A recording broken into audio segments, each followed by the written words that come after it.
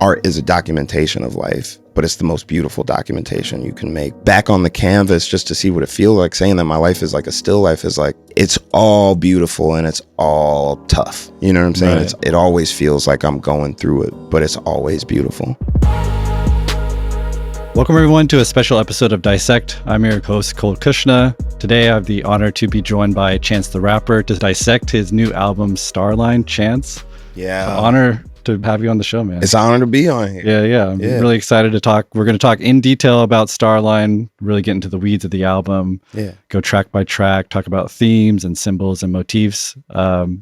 It's a beautiful body of work. Congratulations on releasing it. Thank you, man. Got to mention, we're recording this a day after you finished the tour, which I got to go to the show last night, which was also incredible. Thank you, dude. How are you feeling? It's bittersweet. I was just explaining this yesterday. Like, touring is a lot like camp, like go away camp, and you're like living with, a bunch of co-workers, but like also like, other human beings, and traveling together on this cram bus around the nation and like creating all these memories. And so it's like, you miss your regular life, your real life, where you're not like, making a party for people every night and just whatever grueling stuff comes with touring. But you also miss it when it's over. So I'm just kind of like, I'm salty that I'm not on tour anymore. Right. I'm salty that I don't have a show tomorrow, but I'm also relieved that I don't have a show tomorrow, Yeah. Okay, well, let's just jump right into Starline. I only have like 30 pages of notes to go through. Let's get into it. But I'm curious, just like general feeling, the album, you've been working on this album for quite a while, and it's been out. It's only been out for 2 months at the time of this recording, which is kind of wild because I feel like I've lived with it for quite a long time now. How's the reception been so far for you? It's been really beautiful and rewarding. I think like any artist knows that, like, and I say art as in like anybody that's a creative, whether it's, writing music or writing an essay or a article or working on a painting or a series of paintings. Like anybody that's an artist knows that like all that work that you put into it, at least this is how I feel, like you hope that you get even, a small portion of the love back that you put into it. It's not like in business where like you hope that you invest a little and that the return is huge. It's just like, I know I'm going to pour all of myself and all of my vulnerabilities and all of these things that I find beautiful or clever or whatever into this work. And I hope just a fraction even of that is reciprocated. And I feel like I've been getting it back like tenfold, like the amount of like, even just like the shows, like you said, the project's been out for 2 months.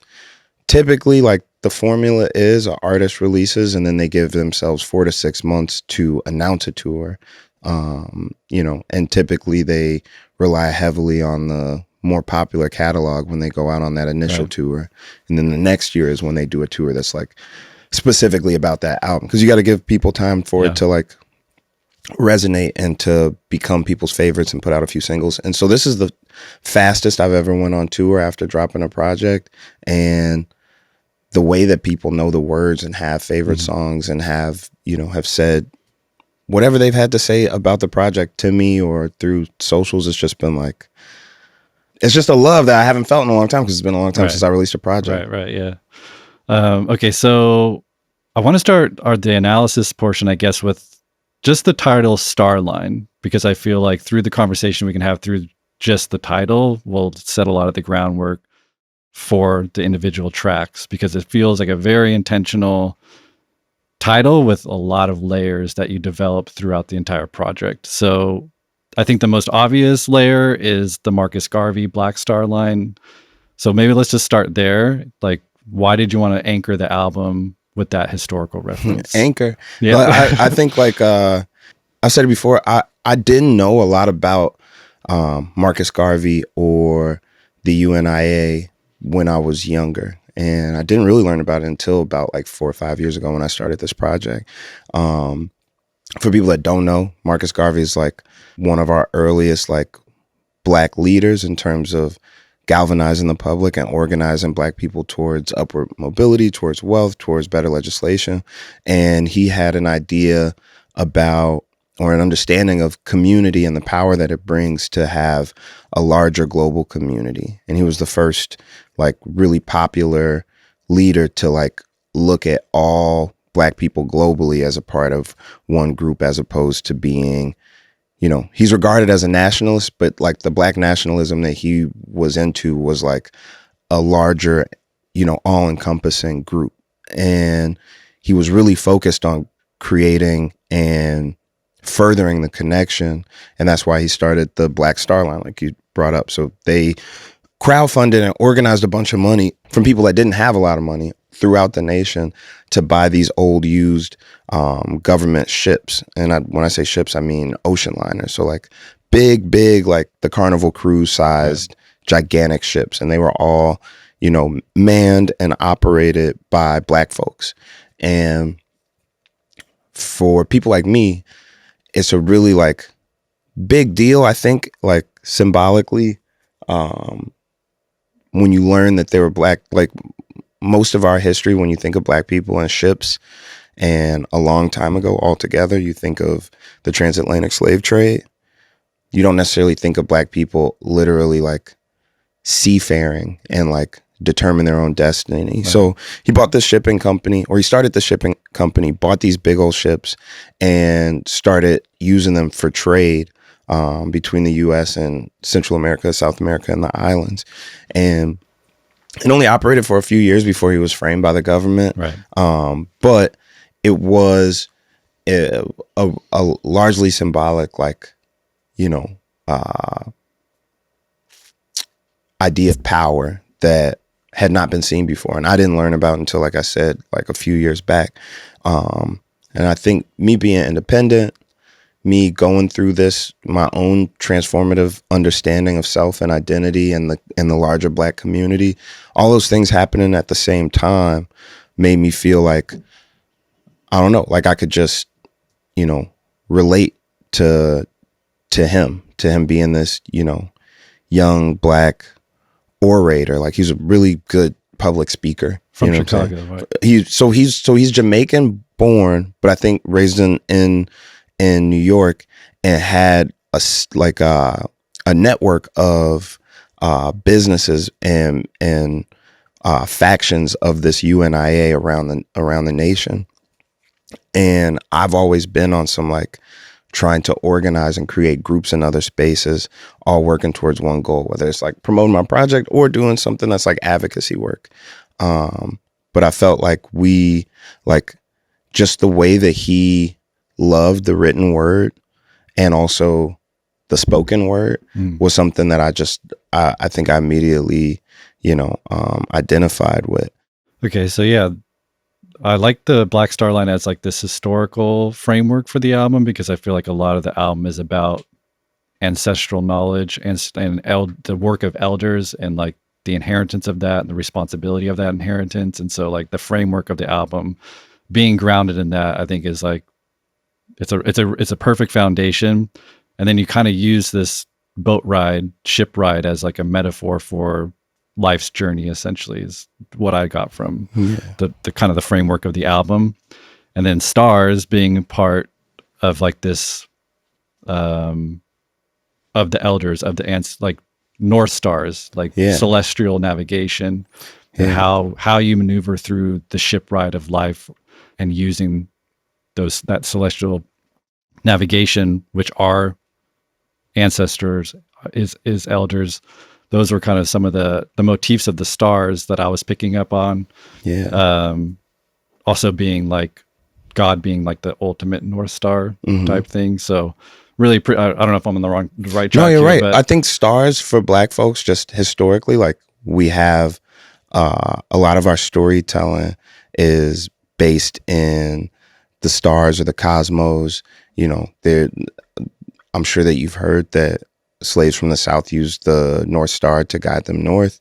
You know, the Black Star Line was named after the White Star Line, that was the shipping company that owned the Titanic. And so Star Line or a Starliner refers to an ocean liner ship, but that same star, the Black Star, that was the insignia of that shipping company, was attached to the different newspapers that Marcus Garvey started.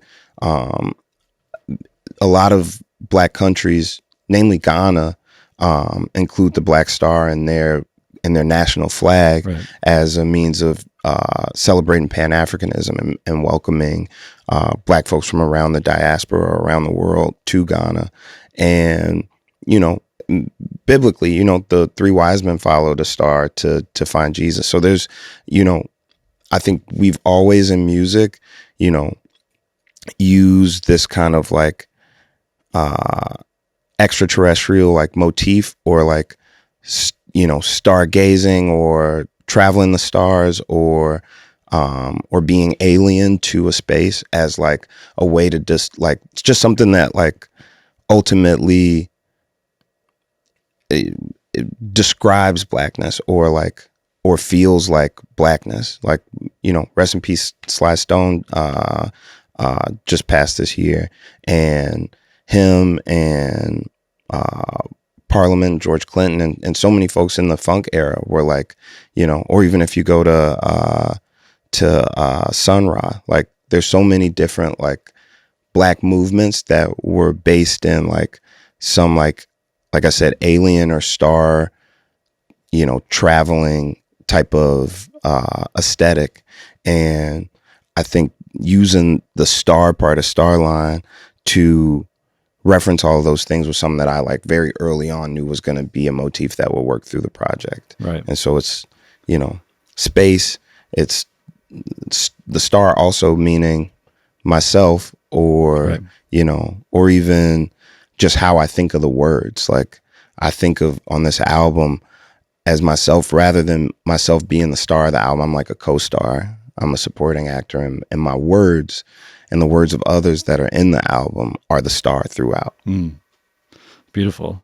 And then also tied into the idea of this black star line is, and you say, we'll talk about it when we get to Starside intro, but it's not just one boat, it's a fleet of starliners, which there's a thread of mobilizing, like literal mobilizing on the album. And I like how it's like you're kind of congregating people, you're asking people to come on this boat with you with purpose. Which I guess gets me into the line part of Starline. So I didn't know this until I was preparing for this, but in like nautical terms, line means a rope, specifically a rope with a purpose, which when I apply that to the context of the album feels very like something that you were trying to do, like remind people of their purpose. You know, I think of a song like Letters, where you're like holding feet to the fire, but with a, you know, reminding them of, you're not just a rope, you're actually, there's a higher level purpose here. I'm not sure if that was something you considered with the line, but that was something I was thinking of when I think every time I think of the Starline, like I said, like the term Starliner is like a rebranding of the term ocean liner, which means a huge ship. But when I think of like, anytime I tried to use it, like at the end of Letters where I say line those dots, connect everybody, like I think of star lines as like when they say like the stars are aligned, or like constellations, like connecting these different points of like of the work of our ancestors or our watchers that were meant for our, you know, overall success or future liberation, and like, you know, like putting them all together, right, and thinking of it as like that fleet being all, like you said, leading like in alignment on one charge and one, like, you know, collective goal going towards. Right. Yeah. And I think what I also appreciate about, so everything we've just kind of talked about, like to me, the album title kind of encapsulates so much, because it's like you have specifically like the past and present of the Black experience. There's your individual experience, but then I feel like it also reaches just general human experience. And you're kind of addressing all three layers throughout the album. So personal journey, communal journey, and kind of just like a time, like literally timeless journey that you talk about in songs that we'll get to. Okay, so we'll get into song by song in a second, but I do want to acknowledge the album cover. Yeah. Because I feel like this is also very intentional. And all these motifs we just talked about are all kind of in there. So do you mind if I lay out my analysis? You can tell Yeah, me. and I'll Me tell what I you got right. what's right and what's wrong. Yeah, For yeah, yeah. sure. Okay. Okay, so there's the black star over your head. Yeah, most people don't even see that. I know. It took me a second it's a to little see hidden, it. yeah. Yeah, which is cool. So that seems like Black North Star. Mm-hmm. I love that you're wearing a bucket hat because Yeah. a bucket hat is a fisherman's hat, Exactly. which is like such a cool detail. So you're wearing a vest, which to me, I'm like, obviously it's not a life vest, but it's hearkening to a vest, a life vest that you would wear on a ship. I also thought because you say like put on that full armor, could also There you go. allude to a bulletproof vest of some sort. You're wearing navy blue, which is like nautical uniform. Navy is associated with the Navy, obviously. There's water behind you, so we're getting what actual ship rides on. There's a mountain range as well, which to me I thought maybe highs and lows. I don't know if that was intentional, but And some of the stuff is on Brandon, so I was like, I can't even the designer. artist. Yeah. Brandon Bro painted it, and he is very into symbolic work in his pieces, and very, very like detailed when it comes to deciding the landscape that he's gonna put behind me after he does the photograph. Okay, right. So then there's obviously a sky of stars, and then the northern lights as well, which I read was indigenous peoples in the Arctic believed that they symbolize ancestors or spirit guides, which ties perfectly into the album. So was that the intention there? Yeah. So the process of making this cover was similar to a lot of them, a little bit more involved, I think, from Brandon's standpoint. He visited the studio a lot and would come and kind of pseudo interview me while we were working on the music. And I remember from the very beginning being like, I want to include, a star or stars or something. Right. And he wasn't, I think he was a little partial to it because we had already done Me and the Cosmos for coloring book. Right. And so I remember him just over time coming in and saying little things to me. Some of the things that I know for sure, he was like, in all of the other poses for the cover arts that he's painted, I'm kind of flush with the camera, like straight on. And, my head is tilted up or down or looking straight, past the lens basically.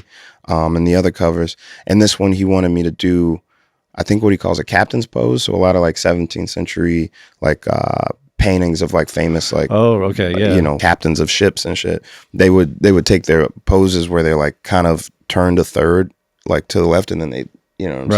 that shit. So he was like, he originally had like a super involved idea that was like me at a desk, and it's like the inside of a ship, and there'd be like another painting on the wall. Like he wanted to get really, like molecular with the shit. And I was like, we don't have time for that. But I know that like the waters were intentional. He talked about, also like alluding to some of the past work. So I remember him saying something about doing the mountains to call back to acid rap. I don't remember the exact reason why, but I remember also we were kind of like going back and forth with how to represent the North Star and like what color to make the star, because I obviously wanted a black star. Right.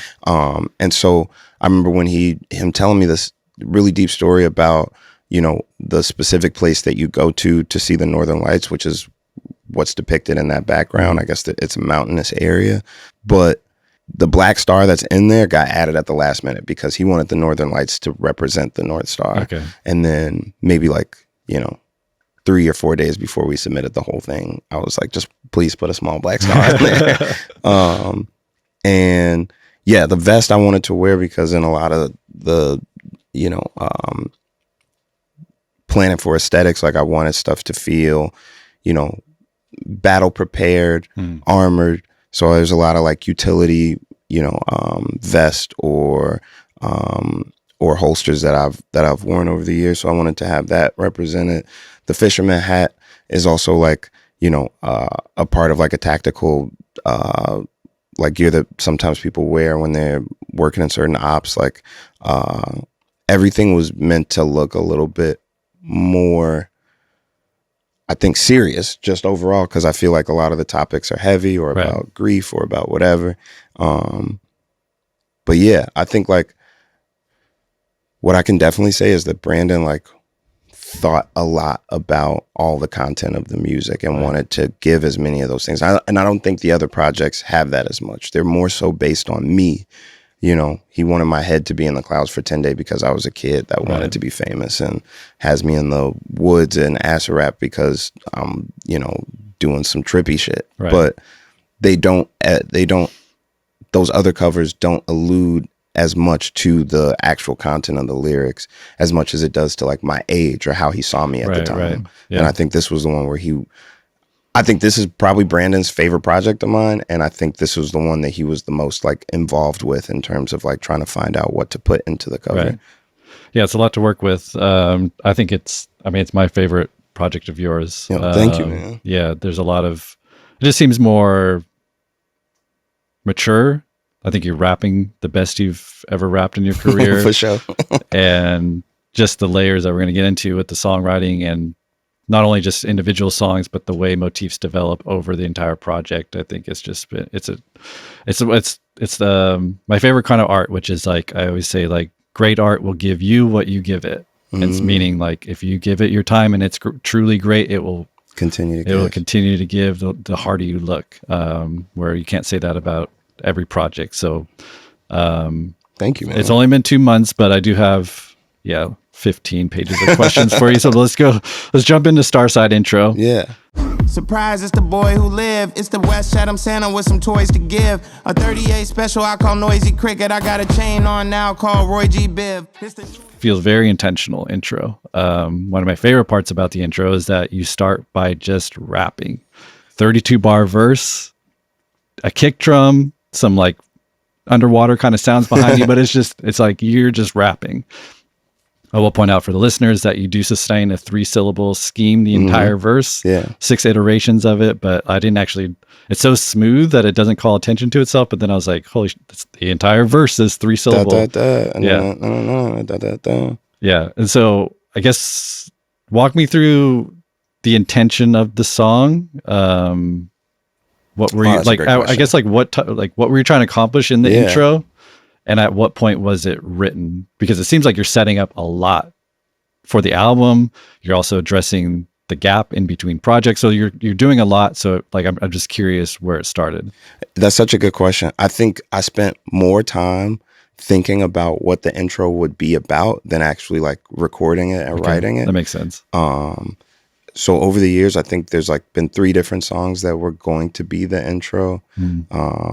And I think one of the things that I really was debating on in my head is how much is this, like you were just saying, is this intro a thesis for the album?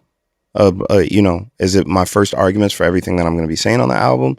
Or is it more retrospective in that it's like talking about, myself as an individual and what I've been through in the past to kind of give an explanation? And I think like I had a few different ideas for it being, for it to be a song that's the thesis and, talk about some of the heavier topics that are going to be in the album and kind of introduce them and introduce the ills of the world and paint this backdrop. But I think I just remembered listening experience wise, when I'm listening to an album, I want context first. Don't like just throw me into the album. Don't give me all the ills of the world and then explain it over the next few tracks. Like, meet me where I'm at. Wake me up, surprise me. That's why the first word is surprise. Right. Because it's like, there's a lot of intentionality in all of the words that are used throughout the project. But I think the first few words of the first verse of any song is like the most important thing. Right. And I feel like some people just felt like they hadn't seen me in a long time. Like even though I've been with me the whole time, I recognize that some people felt the absence. So I think the intention, once I decided what what it was going to be, that it was going to be the Starside intro, I really wanted to like focus on words and rap about words. Like that's what I've been doing for the last few songs before the album came out. I was doing like a series of like little singles that would come out, and I look back on it. A lot of those songs are about creating, namely like Buried Alive and Child of God especially are both about the process of writing and getting myself to a space where I feel comfortable writing and recognizing the importance or the purpose or the power behind my pen.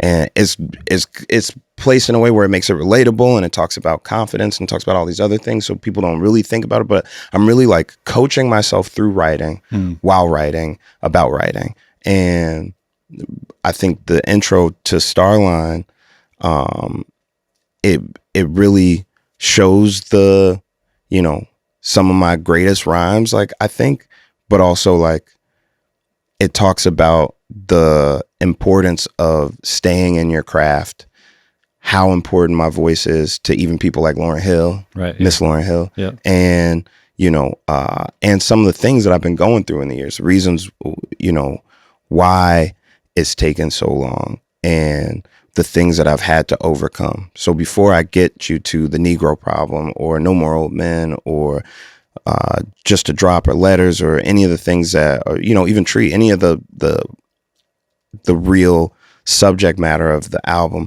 I have to like reveal myself before I start to reveal things. So I think that's the intention behind it, of that intro, is like, how do I set the stage without like giving away the whole project? Right.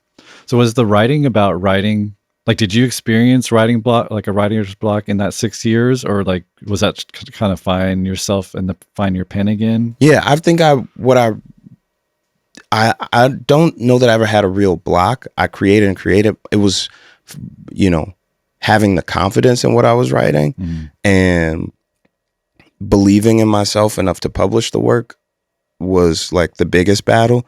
And I think also the content was an issue, because it's like, what do I rap about? You know, there's a point where I'm really angry. I'm rapping about my, you know, just, you know, people trying to fuck me over. Like, I'm rapping about, you know,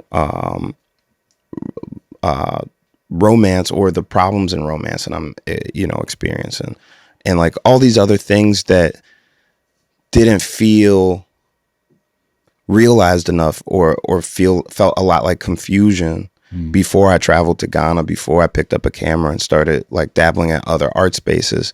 And so I think when I did leave and go to Ghana and did start, you know, going to the art fairs and stuff, the stuff that I eventually started writing was about, like I said, regaining my confidence in my pen, getting a song done, you know, not being afraid to vocalize the hard parts, and the power that comes with being fearless and having a voice. Right. Yeah. So the first mention of Star on the album is, so you tell the story about getting Miss Lauryn Hill's text, and this kind of, I don't know, you said you kind of cried when you read it, and her kind of being disappointed seeing you not focusing so much on your art. But then you kind of frame that as like, you say sometimes a teardrop can make your heart smile, looking for a sign, and he sends a star shower. Lauryn Hill said she see me on The Voice again, but this the end of the road like Boys to Men. You better use your pen, baby, use your heart, child. Where's your viewpoint? Where's your art style? Sometimes a teardrop can make your heart smile, looking for a sign, and he sends a star shower. For me, that seems like the inciting incident that kind of accelerates the entire album, was this kind of transformative text from elder, you know, from someone in your lineage, and then kind of it develops from there. But I like that it's framed. So you're talking about when you say looking for a sign, he sends a star shower. Is that in reference to the text? Yeah. It's basically saying, like you said, like you ask God for a sign, and he over delivers is basically what I'm saying. It also refers to, like you said, the ancestral veneration of, you know, I have all of these ancestors that, you know, some of them living, that, you know, I am of the lineage of, that are, you know, ultimately working towards, you know, whatever's best for me and best for our collective goal. And I think, you know, a star shower in this context is referring to like a meteor shower. So it's like I ask for one sign and God sends a fleet of stars my way. And I think I was like, you know, halfway working on my music when she was saying this stuff. So it wasn't like she was wrong at all. It wasn't like, oh, I'm doing both as much as I can. It was kind of like, you know, and I think like the way that she put it, it was very, very kind and very, very like, you know, understanding and like very human. It wasn't like she was scolding me or like, you know, making it light either. It was like, this is something important and serious I need to tell you. And, you know, and I still love you and I still understand that we're human beings and we got to make money and we got to do this and we got to do that. And I even understand that some of your artistic, you know, vision and power comes out in you being on the show. Like she was like, I'm sure that you get, you know, a space to be artistic, but like your purpose, like where's your viewpoint in everything that's going on? What is your viewpoint and how do you articulate that? Because we can't get that from anybody else. And I was just like, it was empowering and also made me just question my decisions for a second. You know what I'm saying? But I think like when I started really trying to craft the story, I looked a lot at two important like story formats in writing, which is the hero's journey and story circle, which I learned from Dan Harmon. And they basically tell the same thing, but there's usually like a propelling moment, usually dealing with an ancestor. If you look at Star Wars, like when he meets Yoda or when he meets Obi-Wan, like there's somebody that's got to give you the knowledge and give you the spark. Meeting the mentor, it's called, I think. Meeting the mentor. You know, man, you're a writer. Yeah. You know what I'm saying? So I created my own thing called The Warrior's Story, which is kind of like the the untrustworthy narrator, or the unreliable narrator, where it's like, these are all going to be, I'm not going to be trying to be objectively preachy and telling it. I'm also not going to be, you know, it's not like my story is super, super clean, but I'm also going to like, I'm giving it to you as a warrior would tell their story, as opposed to the hero's journey. I am still removing myself from being the first person, but when I do speak in first person, I speak about myself as if I'm a legendary character. And I think you get that in certain moments in the intro, certain moments in Space and Time and in other songs. Right. But yeah, that's that meeting the mentor moment of like, she set me out on the journey. That's cool. That's really cool to hear. Well, then you also, so the first half of the first verse kind of addresses like the restart. This is, you know, addressing the album kind of specifically, but then second half of the verse, you kind of take it back to the start of your career, and you mention another elder in Brother Mike. This school, day walk, I'm a sun dweller. Until I met a brother Mike, he said, young fella, everybody died some right poem. So I raised my right arm and I said, right on. Put my name on it. Yeah. Who is the one that sounds like got you into writing in the first place. So you're kind of like, it's like we go back to the start, back to the go, but also way back to the go. And establishing the motif of elders that essentially is in like almost every all the songs. But hearing you say co-star of your own album makes total sense to me. Like that's a great framing for it. Okay, so we get to the chorus. It's a great sample, Cleo Soul, Life Will Be sample.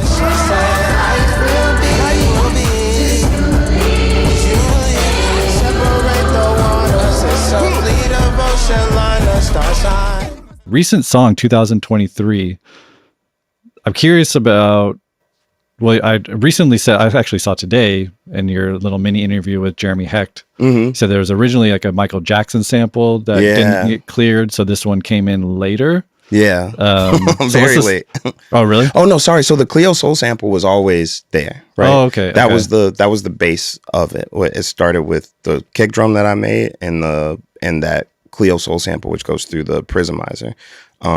And I've been a fan of Cleo Soul forever, since from the Salt days. And there's another song called I can't remember, Never Feel Fear, which is like my theme song. So shout out to Salt for making some of the best music I've ever heard in my life. But her vocals have always just been like, felt like a part of like a thematic thing for me, just going through life. And her voice is very empowering. It's also very soft. She's an amazing artist. I could talk about Cleo Soul all day.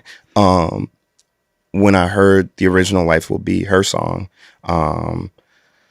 I was on my way to a roller skating rink with one of my managers, and I was like, I'm going to rap over this. Like, this is going to be the intro to my album, because she's saying life will be, as in like life is going to do what it will do.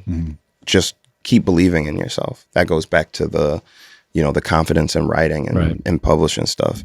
But the Michael Jackson sample was a sample that I put over it. Okay. Only on the hook. So the hooks didn't have, now the hook is, put on that full armor, learn that from my mama. She said life will be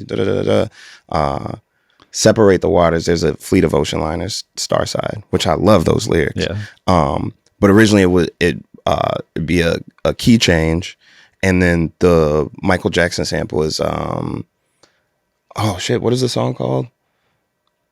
It's the could it be I stayed away too long? Did I leave your mind when I was gone? And it really where you are. I want to be where you are.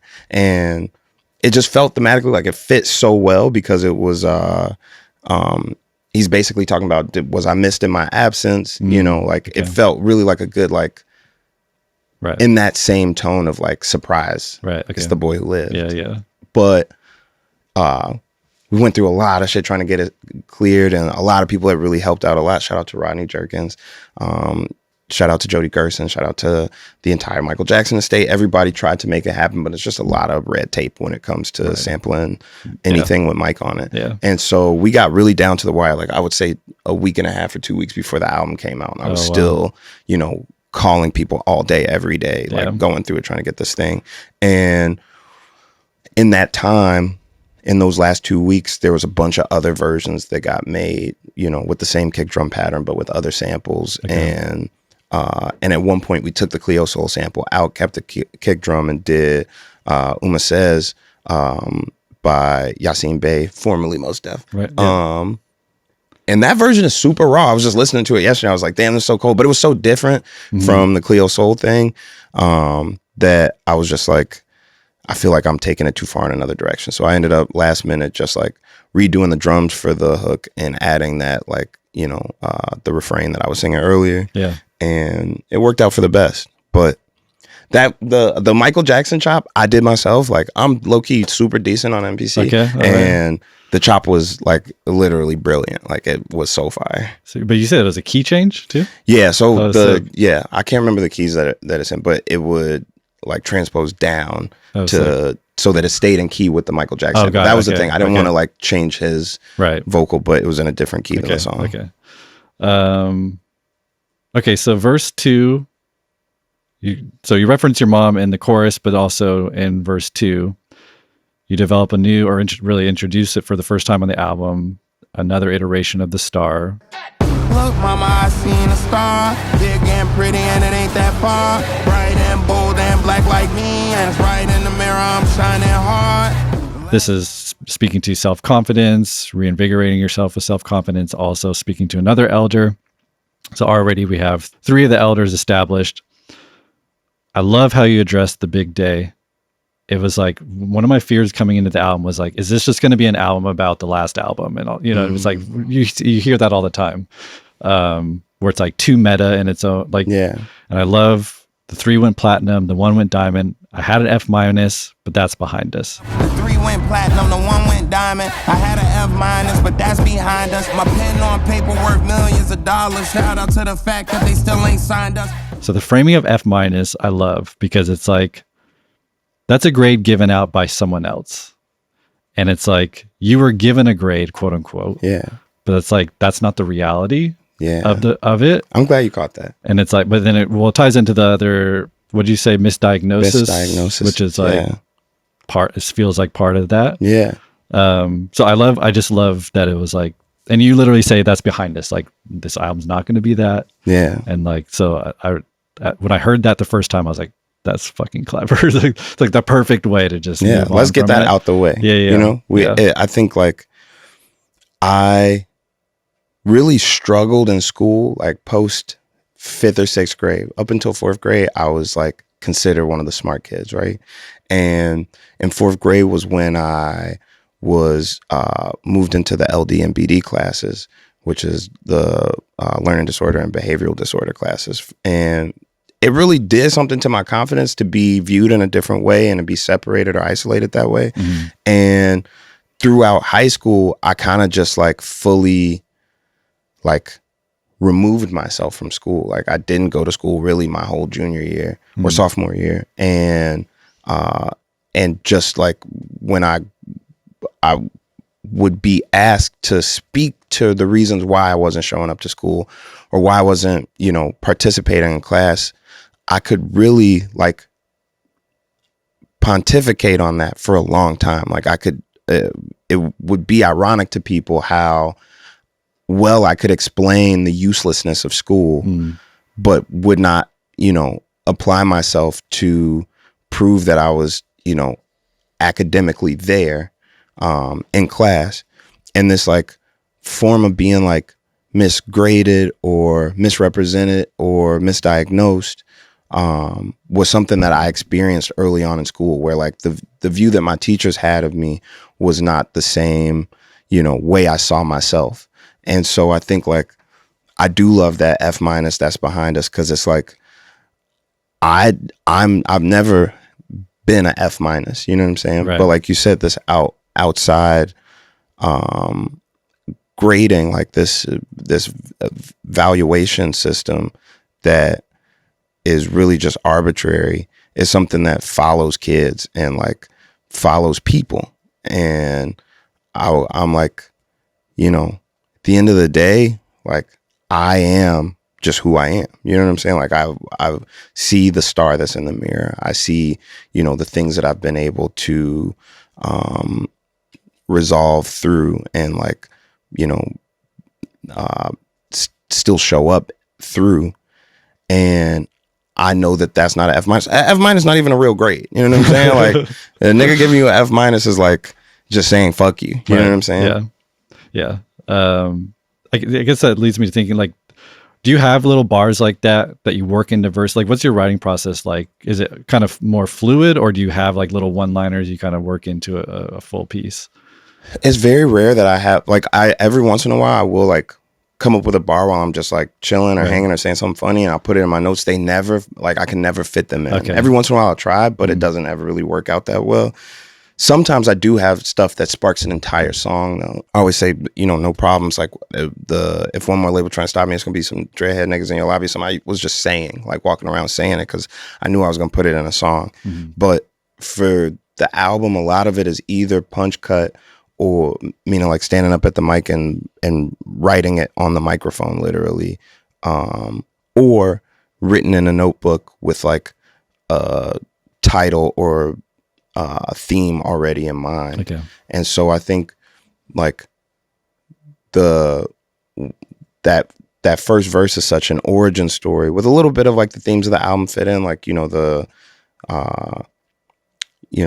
chain or diamond motif, the very specific guns that I have, like all of that stuff is like meant to show power and foreshadow the album. But a lot of it is an origin story of how the album came to be, how I didn't ever feel like showing up in class, and Brother Mike was the first person to see me as a kid and go like, oh, you're a genius. Like this is where your skill set would be best utilized.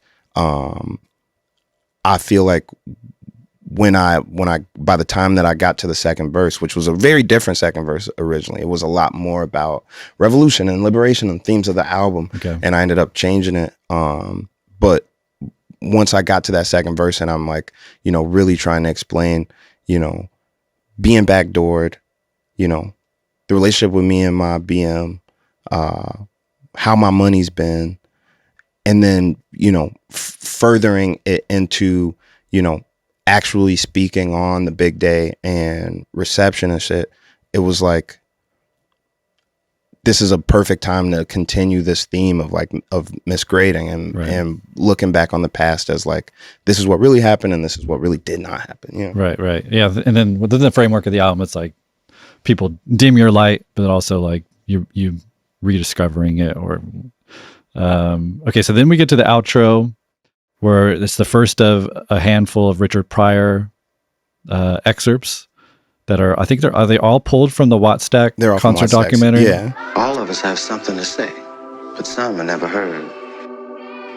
Over 7 years ago, the people of Watts stood together and demanded to be heard. So that seems like obviously very intentional. So why, maybe contextualize what Wattstax was for people, and then like why did you want to pull from that? So that's kind of the backdrop of the album. Wattstax was a documentary film about a concert that took place in the 70s. Basically, there were these riots that took place in Watts and the surrounding areas in California in the 70s in reaction and rebellion to this crazy police brutality that was going on. And the city burned and they rioted like most Black metropolitan areas do when they're being oppressed by the police or the state. And years later, Stax Records CEO decided to do a benefit concert to raise the spirits of these people that were living in the fallout of riots. Like, if, in case you didn't know, typically after riots happen, there is some sweeping legislation that like semi or pseudo addresses the concerns of the community, but there's never really a real rebuilding process. Like, a lot of the times Black people continue to live in those conditions of like, you know, foreclosed homes, burnt down buildings, you know, vacant lots afterwards. And Stax Records got a bunch of like the top musicians in gospel and in R&B, the biggest star and funniest comedian in the world, Richard Pryor, and a few others to stage this concert to, again, lift the spirits of the people. And they documented it. And Richard Pryor, the entire movie, kind of like shows up intermittently to like give some, I don't even want to call them jokes. Like, he's given like, you know, just accounts of life in a humorous way on how Black life was in the 70s and eerily how it still is today. How do you accidentally shoot a nigga 6 times in the chest? Well, my gun fell and just went crazy. I just really thought that, you know, going into what we're going into, you know, as a people in the hands of the state as it exists, I knew that history was applicable, and knew that a lot of the stuff that they're getting people saying, because it's not just Richard Pryor speaking, it's also like people in the neighborhood, right, like in Watts and barbershops. In barbershops, some of them are, you know, war veterans, some of them are, you know, pimps, some of them are hustlers, some of them are doctors, some of them are, you know, but these are just people, and they're speaking in ways that really, really relate to what's going on right now. Yeah. And so I thought, you know, I also like Richard and Dave Chappelle. Dave Chappelle's been my mentor since I was 22. And Richard and Dave both have a similar story in that the pressures of Hollywood and the corruption of Hollywood at some point tried to push them out. And they both had transformative trips to the continent, to Africa, at different points in their lives that, like I said, was transformative to the point that it's almost like a different chapter in their career post that move. And so Ghana was so transformative to me that I always felt like I ended up bringing Dave to Ghana the next year to come speak at the university. And he spoke to a lot of like what that experience does for people. And, you know, his goat was Richard Pryor. And so like, I think there's like a through line between the three of us in terms of how we observe things, how we speak on them, how much we celebrate the written word, how much we celebrate being an orator, that like, you know, just made sense. Yeah, I love that. That works really well. That just ties, kind of threads part of the threading of the album. So then we get to Ride. Just for all the times now I'm the captain, you was filling in. Ride, just enjoy the ride, just enjoy the ride. Trust you gon' be alright, we gon' be alright. But if they wanna fight, it's gon' be a fight. The song is fucking great. Like, I love this song. So did Justin back there. He said it's one of his favorite songs of the year. But again, it's like there's a few of these songs that's like they sound one way, but then when you start looking closer, it's like the layers start to reveal themselves, because it's like it feels like it is a fun song, but then when you start to look at like the verses, it's all about this like. So this is where you formally kind of framework the album and this journey as a ride, building off of the boat motif. But it's also like an act of mobilizing. I love the opening verse is kind of perfect. Diamonds on my birthstone. Sometimes it snows in April. If I get the lighting right, I'm shooting out a rainbow. Coalition, that's a soul intention, that's the main goal. Cold under pressure, turning Tommies into Django. So maybe we could go through it. Yeah. So diamonds on my birth. We didn't talk about the Roy G. Biv line from the opening one, but diamonds is a motif throughout the album. Yeah, diamonds for sure. You call back to it here. Diamonds are my birthstone. Sometimes it snows in April. You did a great Instagram breakdown of this, but and then you establish, if I get the lighting right, I'm shooting out a rainbow. Rainbow's coming up a few times on the albums too. So, and then you do, I had to look this up. So when you say I'm shooting out a rainbow, which is its own phrase, but then you say coalition, and the next line is, this is called an in-jab solipsis is what it is. You say that's the sole extension, that's the main goal. So you mind just breaking down some of that for me? Yeah. So I call it being subtly subversive. I feel like you can either, when it comes to making a critical analysis of like the world or the systems that are at play, like you can either be subtle in critiquing it and people will like it and listen to it, or you could be overt and controversial and it might not be as enjoyable and more of like a learning experience. And so I didn't want to be teaching or preaching as much as I wanted to be giving people stuff that they could listen to. And then if they want to dive deeper, the more that they listen to it or look at it or read it or whatever, the more they can pull from it. And so I think the diamonds motif that's throughout the album, it comes from before the album was even made. I had this, I learned about have you ever heard of the Cullinan diamond? It's the world's largest diamond that was found, I think, in South Africa. And because South Africa is a part of the Commonwealth, the Queen of England took it in like the 40s or something. And it's just like this giant diamond that has like invaluable worth. Like it's $1 trillion diamond, right? But it's like attached to a royal crown somewhere in England right now, though it could do wonders for the country of South Africa.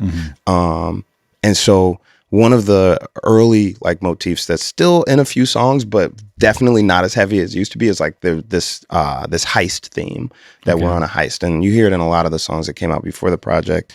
But like we're like basically on a job, and we're subtly trying to, repatriate items, gain knowledge and move under the radar. And so the diamonds thing stayed through the project. Diamonds are actually my birthstone because I was born in April. But then once we get into sometimes it snows in April, if I get the lighting right, I'm shooting out a rainbow. I'm basically saying if I get the spotlight, if I get the moment of fame, these are the things that I'm going to produce. And so the rainbow is obviously refracted light through a prism will create the rainbow look. But the Rainbow Coalition was an organization started by Fred Hampton in Chicago in the 70s or late 60s, early 70s, I think, that was a multiracial coalition that was built up of union workers, separatists, weirdly enough, some young gangs like the Young Lords, and basically they were a socialist revolution group that was working to get fair wages and unionize certain spaces. And a lot of people say that was like the greatest threat that Fred Hampton presented to the country. And so that's kind of the thesis right there, is I'm trying to build a rainbow coalition. It's the first time that I say it in the project because I didn't want to try and do the thesis on the first song. But I think like word association in my brain works kind of differently, where I don't think that rhymes necessarily only is presented by matching vowel sounds or sometimes it's about the number of syllables. Sometimes it's, like in bar rhymes where like, the last word doesn't have to rhyme, but if, within that first stanza, I say enough vowels that rhyme, like those two bars will match. And so I think associating, going word by word, my brain goes, diamonds are my birthstone. That line used to be diamonds are my birthstone, diamonds are my birthright, which is like, again, going back to repatriating items. But I went diamonds on my birthstone. Sometimes it snows in April because my mind immediately goes to diamonds is ice. You know, sometimes it snows in April is made by Prince and the Revolution. Prince was a staunch advocate for, you know, self-determination and independence in the industry, like fighting against it. And, you know, and sometimes it does snow in April. So I get that out the way. And then from there, it's like, okay, how long can I carry this on? If I get the right lighting right, I'm shooting out a rainbow. I'm still within that same scheme. Right. And then by the time I get to Rainbow Coalition, then I can just I'm already in a scheme that still sounds like I'm just rapping about ice and just sounds like I'm rapping about being tough. But if you look at it word by word, you can start to break down some of the action that I'm asking for. Then the next stanza or part of the verse is so cool. Is it okay if I read your lyrics? Is it cringe for you to hear me read the lyrics? Read them off. Okay. So you said cool under pressure. So again, building on the ice thing, snowing in April, turning Tommies into Djangos, Sambos into Rambos, dumping ammos into tangos, like all the internal rhymes there, like so good.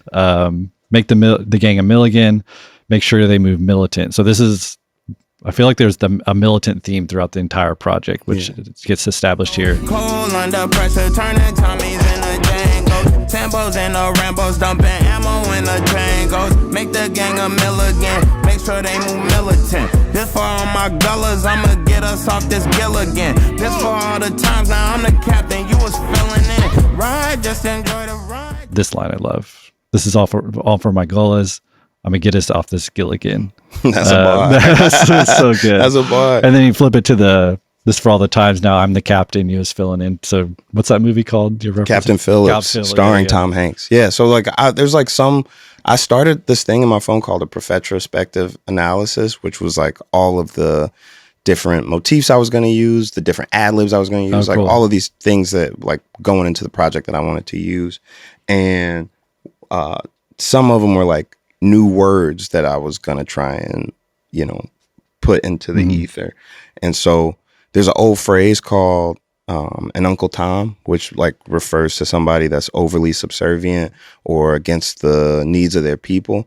And it's like a really, really derogatory term that black folks use against other black folks, but sometimes in, you know, called for situations. And so I had a lot of songs where I was calling motherfuckers Tommies and Toms. But in this case, just like I said earlier in the verse, I think I say turning Tommies into Djangos. Oh, right. So that's word association. So I'm saying Tommies into Djangos, meaning making these Uncle Toms into militants. But when I say coal under pressure, I'm saying, you know, they say pressure makes diamonds out of coal. Cole is also the name of the best friend of Tommy on this show called Martin. Oh, so okay. Tommy is the one that never has a job.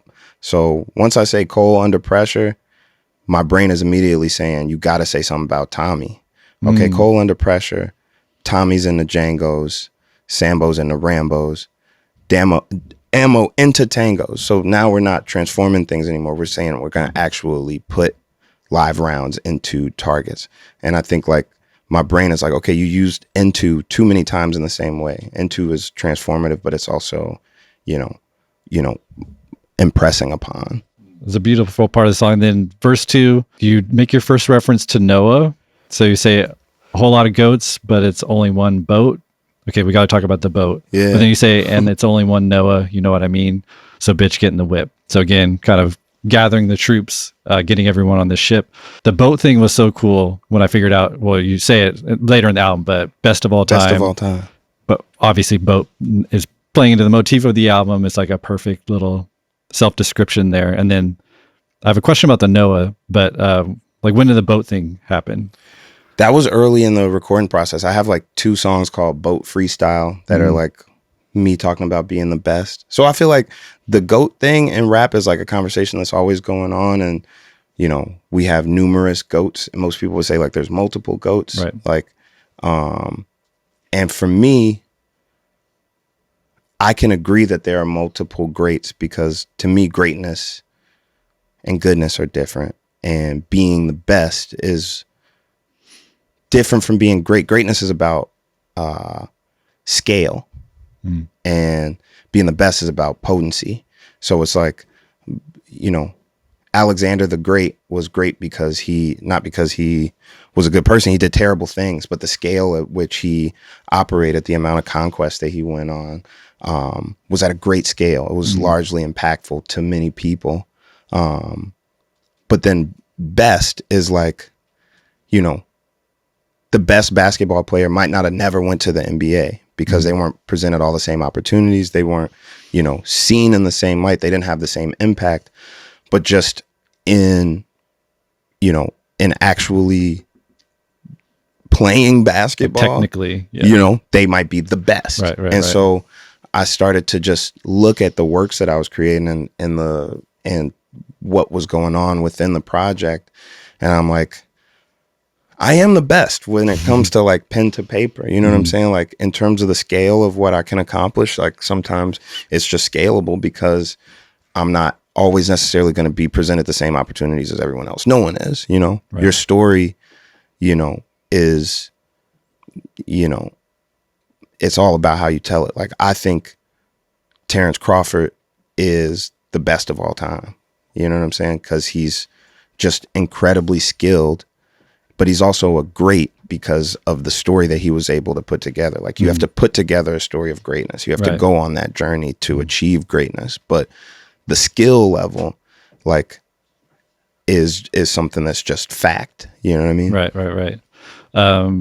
Okay, I've a question about the story of Noah and how it relates to the project. It might just be one of my wild conspiracy theories, but is there a reason it was 17 songs significant about?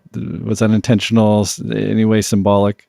No, not really. Okay. I did it was supposed to be 16 songs. Okay. Like that was the goal forever, and we were trying to fit it into there. And then Pretty came at the last minute. That was the one that made it 17. Okay, because it just happens to be an hour and 7 minutes long. So there's two 17s, and in the story of Noah, flood begins on the 17th day. The ark rests on the 17th day. I'm thinking boat. I'm thinking ark. I'm thinking flood.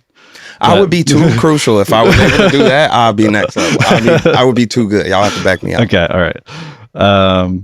Okay, the Do or Die feature was an inspired and brilliant choice. Yo, thank you. The wind blew in a new sense. The blueprint carved it out for 2 cents. A moon man came out the booth and I clock in. Our arson bumping AC with dark tint. No matter how we vent, boy, it's a cold breeze. We quick to a slow speed. When you rattle with the police, count emojis. Let me tell you what the real players told me.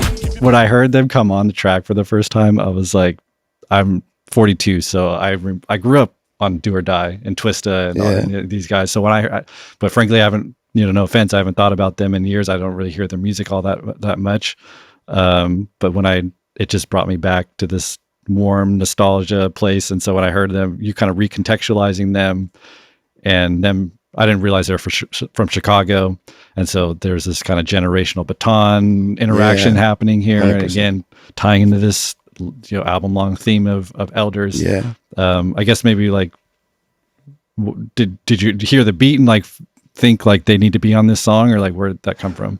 Yeah, like I think it came as a later idea. I found that sample on some random TikTok shit, and like obviously the One Way sample is super famous, but deciding to use it was just me scrolling on TikTok one day, and I'm like immediately recorded the sample and sampled it off of TikTok. Oh, crazy. Over time, I started thinking about different people that I wanted on it. There was a point where I wanted Nelly on it. There was a point where I wanted Juvenile on it. And then at one point, I was like, I want Twista and Do or Die. And so what's funny is I actually got both of those features like relatively around the same time. I got Twista's verse first, then I got Do or Die. And it was kind of like a game time decision of like, what's going to be best for the record, because I do want this to be my single. Like, I think that there's a lot of songs that could be a single, but this one I feel like has all the words that I want to be said on radio, and it also has the vibe that I would want to hear on radio. Yeah. So I at the last minute was like, this song would be strongest if I can, put it out there with me and Do or Die, who the world has never seen me collaborate with, who are real architects of like the Chicago sound and style. They, to me kind of like invented the pimp rap, or like the like slick talking, like Cadillac, speed rap shit. And then come later with a Twister remix, because that'll like, connect all the dots for people. And it ended up working out just like that, just that way, with DJ Ferris, who's like our Michael Jordan. Okay. Like, he's the GOAT. He broke the record at radio and got a great response from it. And it's just like, I don't know. It's like you said, the movement, right, is like multi-generational. So like, we are connected to the UNIA. We're connected to the civil rights movement in churches. We're connected to the Panthers. We're connected to MOVE. We're connected to every movement that is pushing towards liberation. Like, we're all on that same boat, and we just pass on tools and trades and understandings of the game to the next generation. And so I think it was really important to have Do or Die there, because then it also makes more sense for me to have Baby Chief Do It on there. You know what I mean? Right, like, yeah. It's multi-generational. Also from Chicago, but much younger, the generation below you. Yeah. And you becoming that elder to him, so to speak. Well, that gets us perfectly into No More Old Men, because by the time we get to this point in the album, just track 3, you've already established all these kind of Black North stars. You've established the elder's ancestral theme symbolized in the previous track, Do or Die. And then there's the fear of these stars burning out. They say shy don't dance no more, and the little kids don't got a chance no more. They ain't even trying to free the old man no more. One day it won't be no old man no more. I guess maybe where did the genesis of this song come from? It's very personal. Talk about your father, another elder.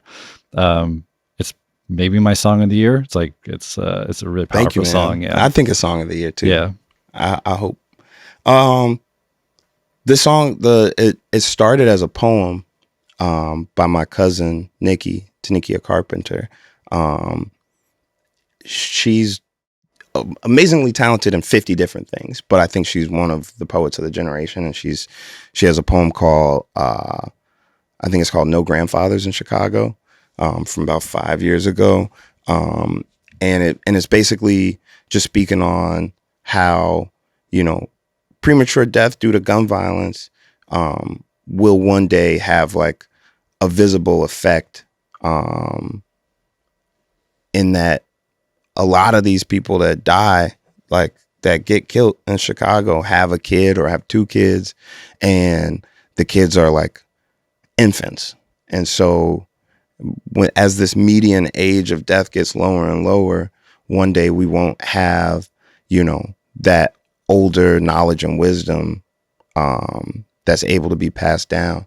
And it was just super profound to me, like some of the lessons that grandfathers teach, some of the moments that she put into words, that I was just like, this is ill. But the one thing is, just being honest, Nikki's a girl, and so she has a specific important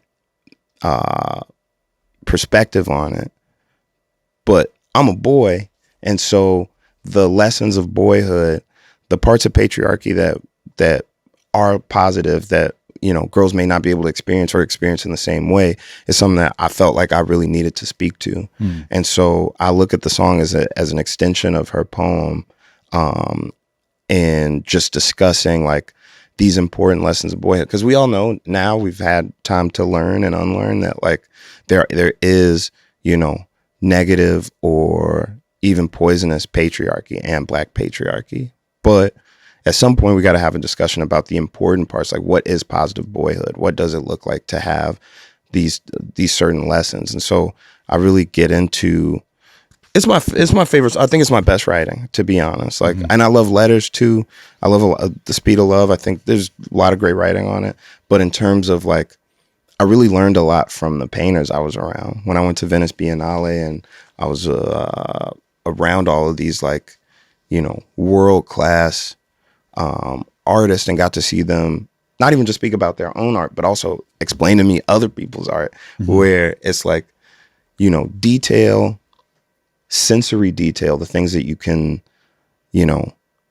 not just hear, but you want people to see something, you want people to smell something.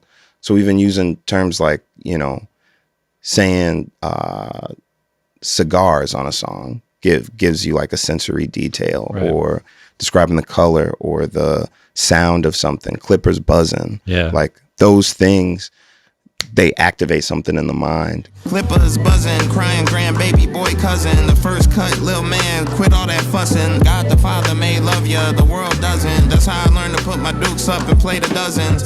I think this is like my most, I really wanted to do not a painting, but a song that felt like a painting by Annie Lee. Anybody that's watching this, please look up Annie Lee, Blue Monday. I wanted it to feel like Black life, and not in like a fetishizing way, and not from a otherizing way, but like just really celebrating the important things that we get.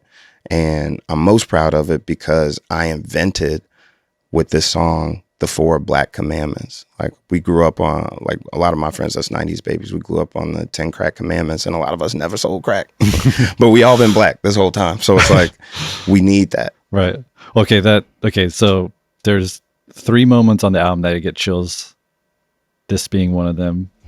It's the moment you just set up. It's the 4 Black commandments. Not only because it's you, because we have this elders theme established, and then you are now taking on the role of the elder and immortalizing these commandments in song. But then I don't know whose idea it was, but to save the fucking strings for this moment. Yeah. Chills every single time, because your voice rises and then the strings come in behind you, and it's like production meets words meets intention, like it meets theme, and it's like it's such a brilliant moment. Where's your instincts, nigga? Act like you forgot. It's the 4 Black commandments, man. You know why we rock. It goes 1, watch your health, that's your wealth. 2, watch your brother, that's yourself. 3, watch your home, that's your door. 4, if they want it, we go to war. It's like chills every single time. Yo, thank you. Shout out to KC. That's who put them strings on there. Yeah. And just to save them, there's no strings until that moment. That's my idea. Okay. Yeah.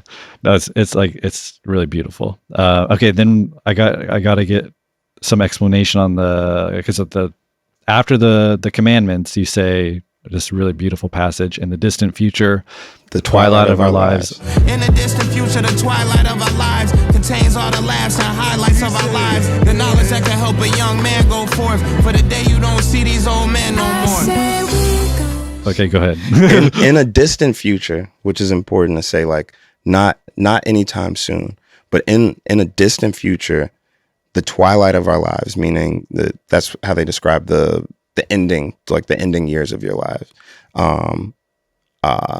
That contains all the highlights of our lives. I'm gonna say it the way that it's actually written. In a distant future, the twilight of our lives contains all the laughs and highlights of our lives. The knowledge that can help a young man go forth for the day we don't see these old men no more. And it's speaking to that point I was making earlier, and that we have tools that we will gain over the course of this life, that we'll make our own tools towards, the better future. We're the heroes of our future.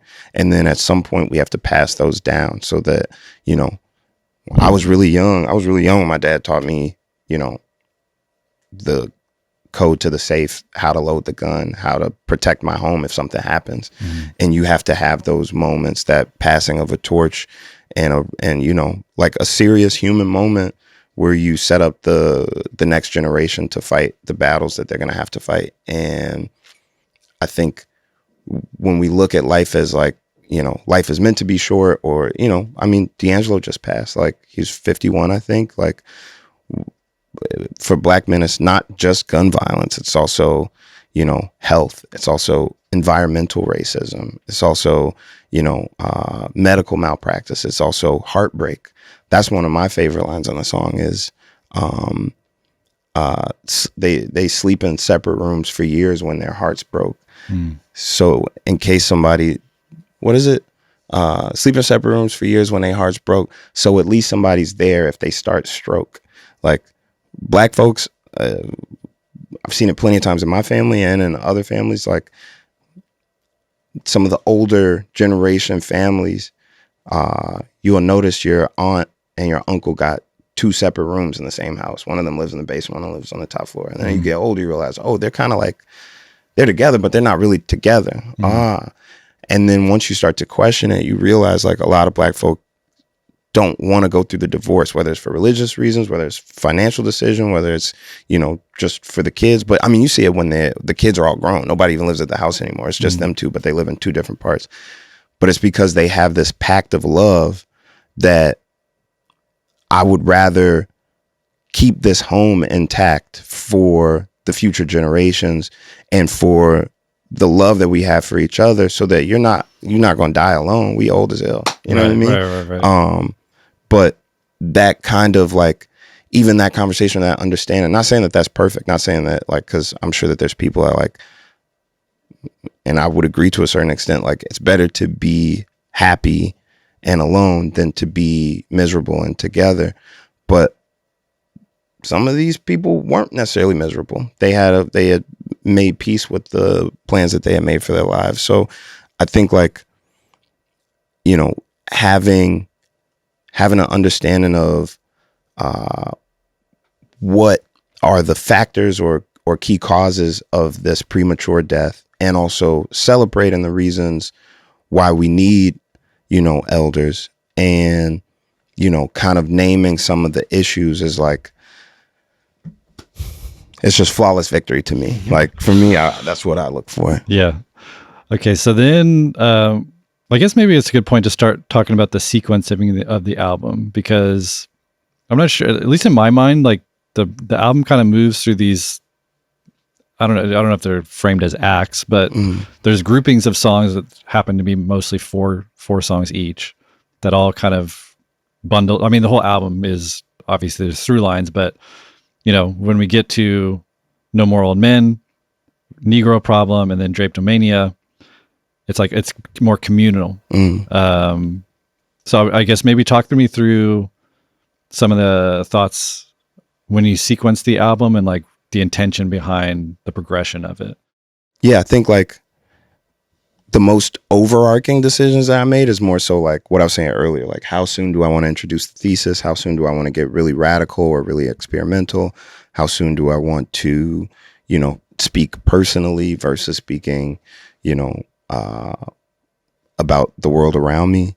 And I think my decision for like the first 4 songs was to like really come out swinging with raps and with themes. And by the time you get to the Negro Problem, I will have addressed the fact that I'm black at least 3 or 4 times, but not necessarily given you the ills of the world yet. Even with No More Old Men, as much as it is a melancholy song, it doesn't really place blame at any point, and It doesn't really like speak to issues as much as it fondly remembers the things that we would be without. You know what I mean?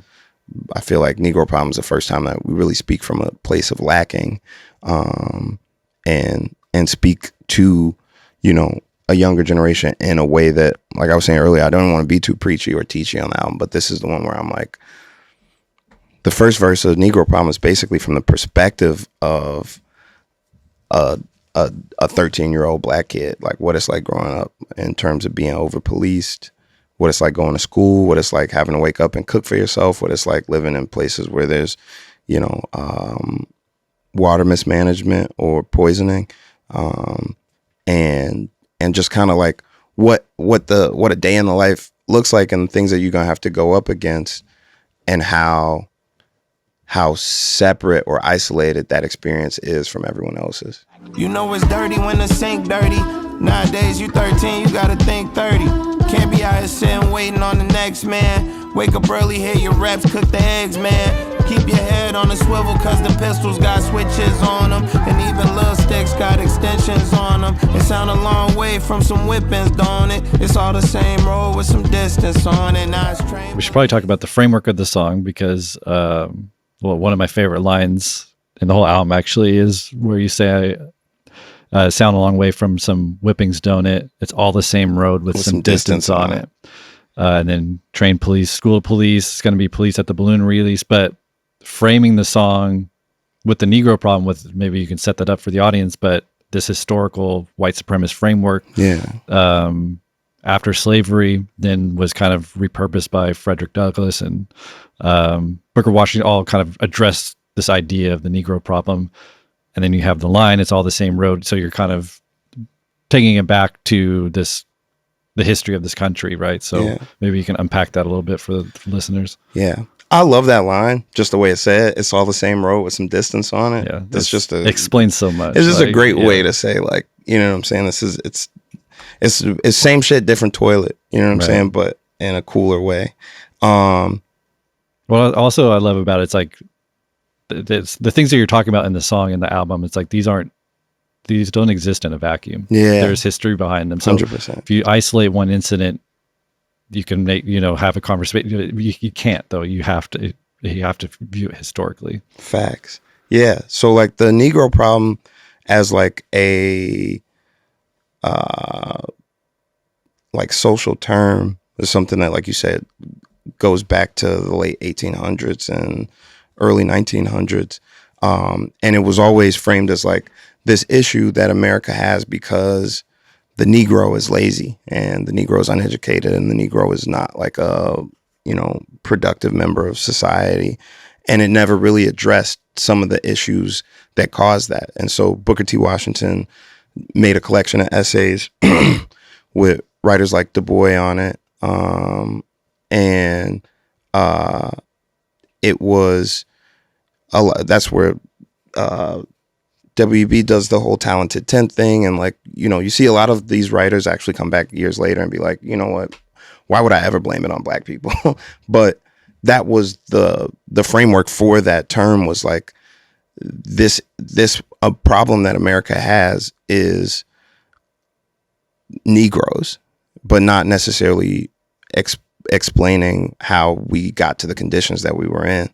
And it was I think it's a James Baldwin interview on like Dick Cavett or something, where someone, I think it was James Baldwin, famously said like, America doesn't have a Negro problem, it has a white problem, it has a whiteness problem. It has this, there's an identity that you can claim or cling to or assimilate into that grants you privilege that black people have a very hard time working into because our problem is our skin color. You know what I'm saying? Like, we can get higher on that spectrum of whiteness by getting a good job or speaking well or joining the military or the police, being married, having celebrity, whatever. But it's at the end of the day, you're still gonna be black. You know what I'm saying? So I think like he expressed the issue with this identity that existed and called out a lot of the conditions that black folks were subjected to in the 60s to express that we're living in two different Americas.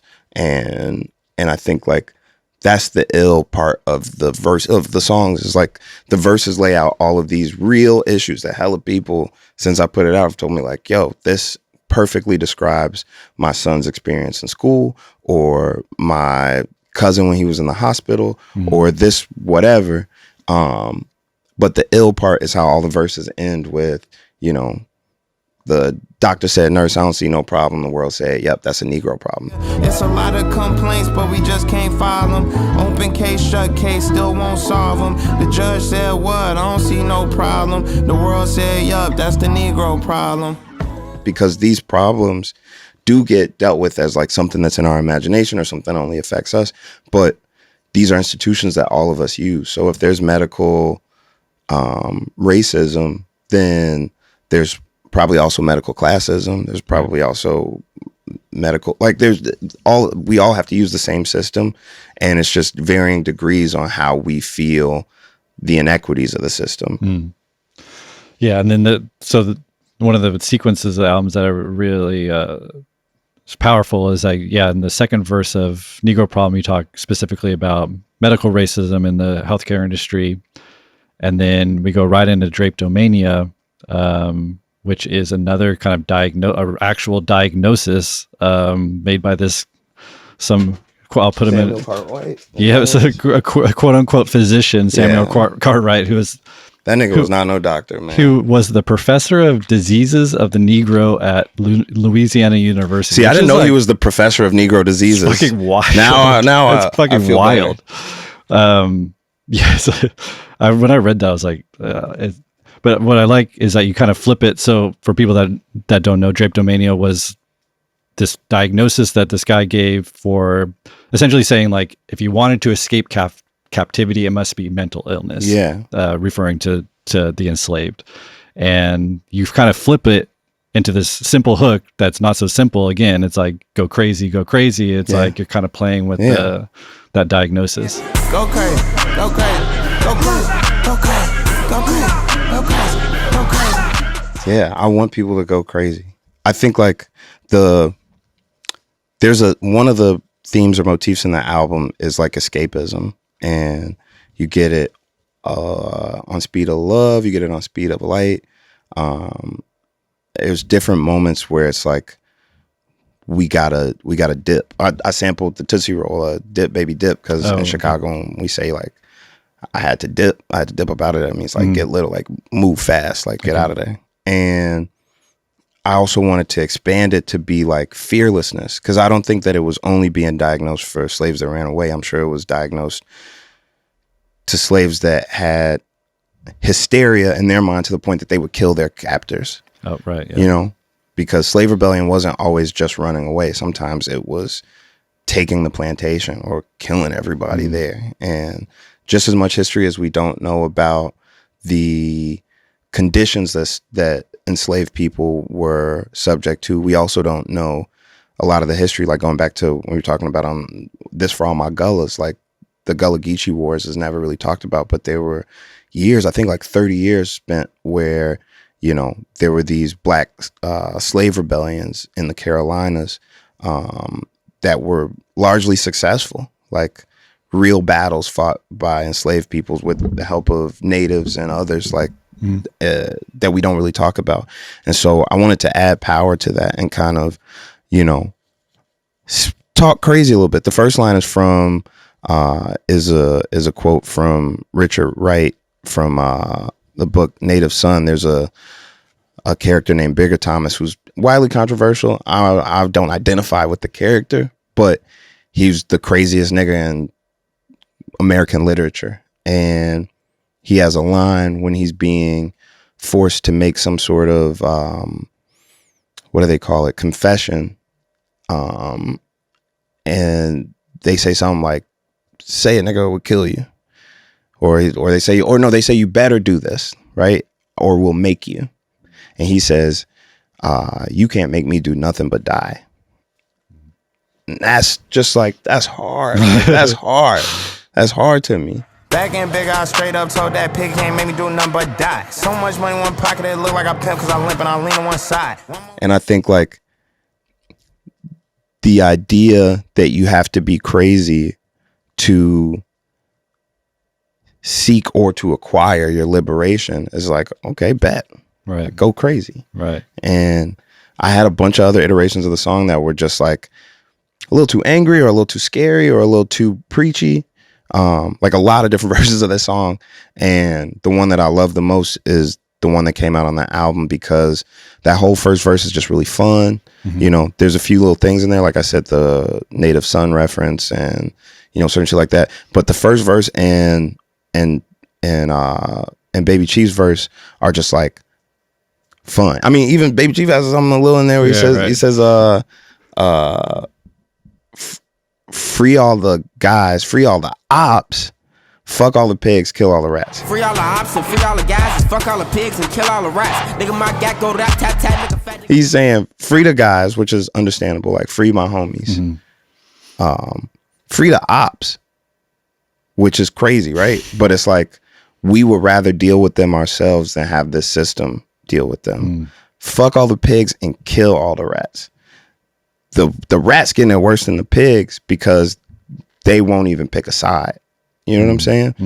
And that's radical. Like, that's scary. That's that's what it is, I guess. You know what I'm saying? But it's also like, it's radical. So I love his verse. And then it's like, you have to listen all the way through to get to me talking about Pac shooting 2 corrupt police officers, you know, which is probably the most radical thing that's ever happened in hip hop, period. Like, ever. You know what I'm saying? Everything else I could think of has been words, but like Tupac literally found 2 crooked cops trying to assault an unarmed black dude, and he popped them, both of them, with a 9, and went to court. And if he didn't fight the case, they would have never found out that these 2 cops had stolen guns from the evidence lockers at their police stations and were drunk on the job and were, harassing somebody. Like, if he didn't stand up in the way that he stood up. And so, you know what I'm saying? Like, his words are incredible. His history of organizing in the free world and in prison systems is unmatched. But I didn't want to hop on the song and say that in the first verse. You know what I'm saying? Like, 401k in a shoebox. My favorite rapper named Tupac. Love Tupac cause he shot 2 cops. I got a 9mm called Thug Life. I got a new chain that say, fuck ice. The diamonds do go crazy. You don't get the fuck ice in the first verse. You gotta wait a little bit. Yeah, that seems to be a highlight of the live show too. People love it because it's like, we're living in the now. Yeah. And I think music is really a powerful tool to be able to self-reflect and to see the world, as it is. And there's not a lot of songs out there that's saying fuck ice. You know what I'm saying? We might get a tweet or something, but like, music is also a business, and a lot of artists, especially ones that are signed, have like hella things that they gotta be looking at the same time when they're mass producing art. Right. Well, talk me through if there is a transition between Drapetomania and then Back to the Go, because this is, to me, in my framing of the album, like, this is where that second act kind of starts, because it's Back to the Go, it's Highs to Low, Space and Time, Linking Me in the Future, all very personal songs and more tell your specific story, where you've been telling your specific story, but really focusing outside and externalized. So now we get the internal section of the album, and kind of softens, which is something that maybe I should say about the album that I really appreciate, is like the balance of resistance and rebellion with softness, with vulnerability, and like, you kind of, it never stays in one mood for very long. It's like you're kind of giving both sides simultaneously throughout the project. But this is kind of, so I guess, what was the logic there at this moment in the album? That is where it starts to like delve more into the personal. I think Back to the Go and Highs and the Lows, just sonically, sample to sample, they always worked well together. There's an idea called radical rest, where it's like, sometimes we get so close to our rage and expressing our, resistance of the system, that we pour everything into that, and we spend a lot of time being upset or working, and it's also radical to reclaim like your ability to feel and be human, and not just be like a tool. You know what I'm saying? Right. Yeah. And so I definitely always knew I was gonna have to have these moments of vulnerability through the album. Like, there's so many songs that I wrote that are vulnerable, or speaking about these certain things that I was going through over the years. But I think Back to the Go was like a really important song for me to kind of contextualize where I was. Like, I made a mistake, I lost a home. Not like a mortgage, but more like a foster home. Supposed to be 2 parents, but now I'm across the globe and screaming across the phone. A dog that just lost his bone. I'm back at the... My world was like drastically changed by, separating. And I had to really lean into my mom to help me with my kids. I had to really like dig deep into myself to like regain confidence and regain a certain sense of routine around writing and creating. And the song really just speaks to that. Like, it's probably the most on the nose that I get about my relationship. Space and Time is probably a little more expansive, but it's still like really largely metaphorical. And I think this one is like, it's still speaking through the lens of like how it works with my creativity. Right. I turned pain into paint, and I do there's chicken scratch on the pad, but once I unpack, I'm back in my bag. That's really what it's about. It's like, once I allow myself to be vulnerable and speak on the points. This is another song kind of writing about writing, where I'm expressing like the state that I was in and how it's making me think about what I should be creating and what I should be doing and my purpose. That, you know, I say like literally on the track, like once I start to talk about what I'm going through, I'm staying with my mom. You know what I'm saying? You know, I'm an absentee father in the case of like when it comes to traveling. Like I'm, you know, moving around so much that, you know, I'm not seeing my kids as much. And sometimes there's a humbling experience of going back home and just refreshing that is needed in order to regain that confidence. And I think like the time that I spent around my mom, like all that is real. Like tell my mom back in my room, I'll be packing up soon. I just need to lay low. Anyone ask if you see me, say no. Like there's a shame associated with it too. But it's like, it's also still a sense of confidence and like the lines like, I'll pick up myself. I'm right sometimes, because through this, like, there's so much doubt that gets built up from, you know, from just taking other people's words, or not even other people sometimes, like, you know, botted reactions, that an artist can completely like lose a sense of self or like what the realities of their talent is. And so I love that song because it's so vulnerable, but it's also still so strong to me. Yeah, I like my real life feel like a still life back on the canvas, just to feel like what it feel like. And then the pole counter stiff right, no time to dodge. Took some time pumping iron in my mom's garage, like building up the strength back. And like my real life feel like a still life. Back on the canvas just to see what it feel like. Pull counter stiff right, nigga, no time to dodge. Took some time pumping iron in my mom's garage. I like the duality of like the art canvas, but the boxing canvas. Yeah, you know, that's the point. Yo, like these words gotta matter. Like canvas, like I told you that there was a point when the album was going to be called Gallery, and I was spending a lot of time with artists. So, you know, paintings, different mediums are like a motif throughout the album. And so I'm still trying to describe things as if I went to art school and I know all of these terms. I don't really know everything, but it's like boxing has been something that's been in my life my whole life. I've made a million different boxing references, some that people don't get because they're too niche, but like, you know, I think saying stuff like canvas, Baroque, mentioning Lorraine O'Grady in photography, or, you know, the writings on the wall, this a fresco.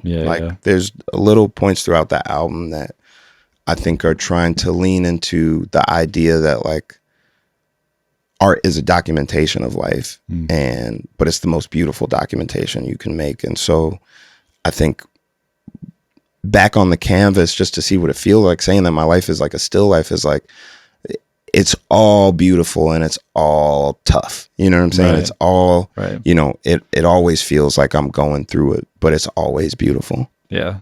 I'm going to get to Space and Time, one of my favorite songs on the album. I don't know why this song seems kind of polarizing. It's weird, yeah. It's one of the more polarizing albums or songs on the album, but it's one of my favorites, and the writing on it is absolutely incredible. Maybe not like in terms of bars, but in terms of concept and concept development, and playing with this idea of space and time. Verse 1 starting with like your origin story, verse 2 drawing parallels to Emperor Jones and Odysseus, and then verse 3 the return home and confronting Penelope and what's going on there. So you're a genius, dude. No, you are. I just listen. That's literally all I do is just listen, because it's all right there on the page. Okay, so we can maybe like keep it brief, or just so like we don't get stuck on here for like an hour. But like, we gotta go through the story because it's really, really cool. And then talk about my chills moments on the album. So it wasn't the first time I heard this song, but it may be the second or third time I was sitting in an In-N-Out parking lot eating a cheeseburger, listening to the album, and this song came on. And then when you get to the third verse, well, let's save it till we get there, but that third verse like hit me like a brick, like That's the one. It's fucking, ugh. Okay. So let's go through. So verse 1, what's the framework of verse 1? I grew tall overnight. I woke up one day a man. Walked back by the crib where we would one day raise a fam. I've been around the world, done all the things I can. I'm a giant now, I can't wait till you see how big I am. It starts off with the I grew tall overnight. I woke up one day a man. And so it's kind of speaking to like the how quick I was forced to grow up. Like I started, even though I probably got famous to everybody when I was 23 when I went for Coloring Book, I've been rapping and like touring since I was 19. Right. And it's crazy. I never realized that Coloring Book came out when you're like 22. I was 20, yeah. Crazy. I was a kid. So crazy. And I had my first child when I was 21. So I like had to grow up fast. And not even just in the family sense, like in the sense of like, professionally. Right. Like I had to grow up fast. And so it speaks to me, having to experience this adultification at a young age from that, but also I grew into a big star, and I'm speaking about how I think that this might impress my love interest, and how, I can't wait for her to see how big I've become, as a entertainer, or in this case, like a warrior, like soldier, or king in conquest. And I really, really love that first verse, just the way that it's put, because I don't get to speak on it a lot in interviews. I don't think most rappers, like, I've been thinking more and more about it. It's a large part of Speed of Love. The outro is like how people like me, Mac Miller, Vince Staples, like a lot of us were like really young, all doing this together at the same time, and like having these crazy experiences, and places in power or places in uncomfortability where we just had to be child stars, basically. Right. And I feel like that first verse perfectly lays out, in a super like fairy tale kind of way, not only how quick that transformation happens, but also, our naivete or our, blissful ignorance to how it would affect the people around you. You think, oh, you're gonna be so proud when you find out that I'm a big star, right? But it sets up the song perfectly. Funny how that doesn't matter as much as us creatives think when it comes to like love and relationships. But so then we get the chorus setting up this motif of space and time. But let's stick to the verses for now, because we'll get to the chorus at the end. But then you can start to frame your journey, one to Emperor Jones, but then I guess the second half of the verse to Odysseus. So maybe contextualize that for the listeners and how you kind of put that together. Shipwrecked on an isle about a mile outside the moon. I went to war. Some Emperor Jones, I took the throne on distant shores. I grew up fast, I bumped my head, I hit the door, I jumped the porch, I upped the score, my sweet Penelope, that's for sure. I'll start with Emperor Jones because it's a shorter reference. Basically, the Emperor Jones is this old book and play about this guy, this black dude that works on a train as like basically like a waiter or whatever. And whatever happens, he ends up getting kicked off the train or jumps off the train while it's going through, I think, the Amazon or something like that. And he comes across a group of like indigenous people and tricks them into becoming their leader. And the story's written from his perspective while he's on the run from that same tribe that's trying to kill him because they found out that he's not a deity or not a god.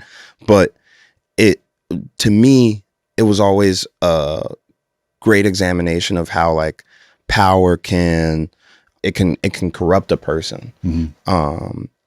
There's like in history, if you ever look up the story of Liberia, it's like a failed mission with maybe good intentions, where there was this idea that, Black Americans that I think Marcus Garvey was in favor of, that after Black people's freedom from slavery, that the most viable option for them would be to return to Africa. And so the country of Liberia was given to the United States,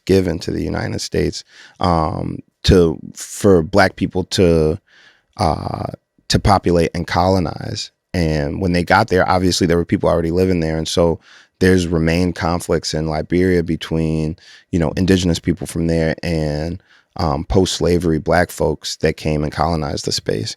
And that to me is largely a metaphor for just like, even people that have lived in oppression can become oppressive forces if they're not educated on the humanity of others.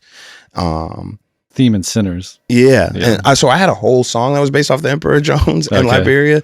And I felt it connecting in this and that, I say, some Emperor Jones, I took the throne on distant shores. And it's kind of a metaphor to me, moving to LA or moving around the country and, becoming bigger and more powerful or a king in some people's eyes, in these foreign spaces, and becoming comfortable in that and misusing my power. And so it's a quick reference, and it speaks to a bunch of other things, but it's basically saying that I became a false king, right? The larger reference for this verse and somewhat the whole song is the story of Odysseus. Odysseus is a seafarer and king that goes on this great journey.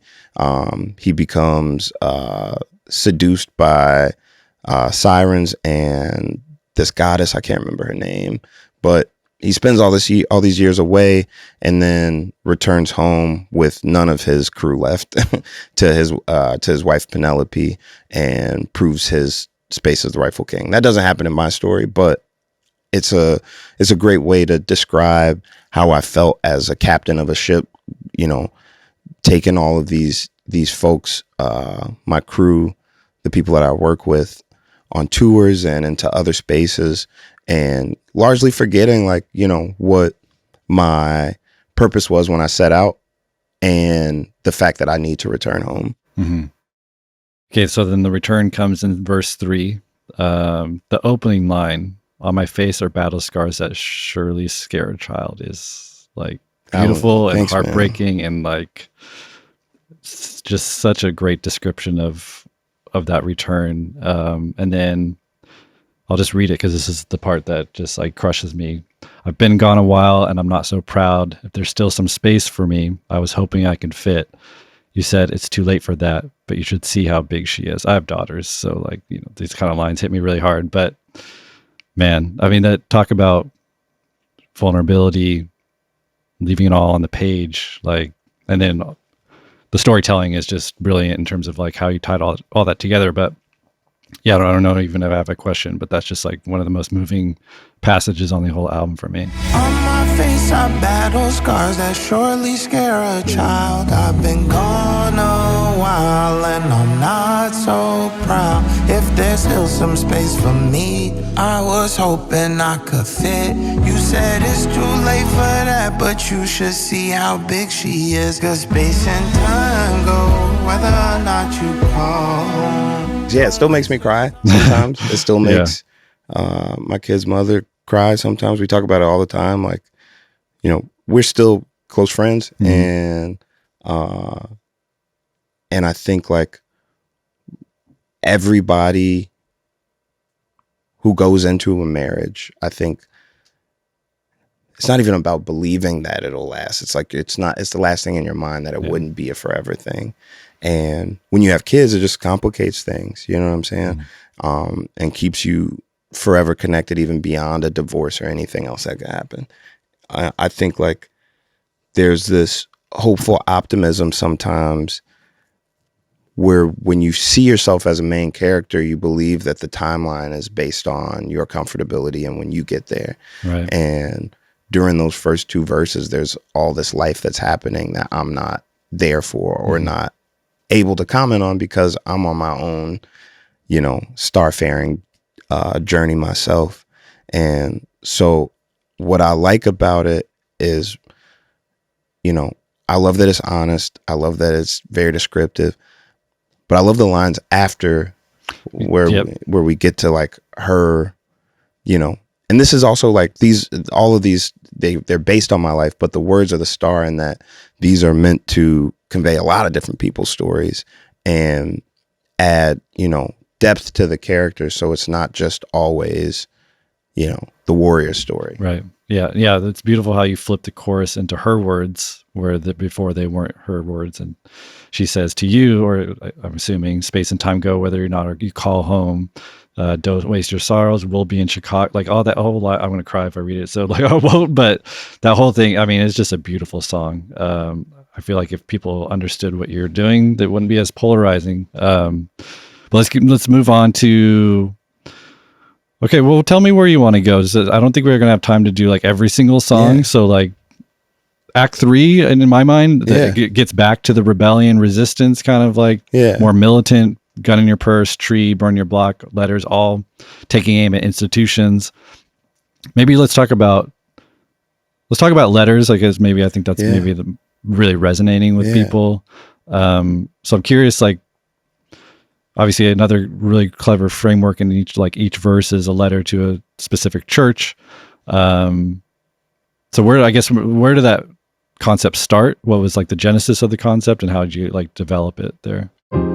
Dear Emerald Avenue, Church of God, I hope this message reached you well. I wrote this with a broken heart. See, recently my auntie Carolyn passed away, and half the way to the funeral I realized that it's some shit that niggas just gonna have to say. You think you outlasted? That wasn't just my auntie in that casket. You just buried KOK in Sunday school and classes. I was reading a book called God of the Oppressed by James Cone, who's like a really, I think, important part of the whole Starline story. So James Cone is a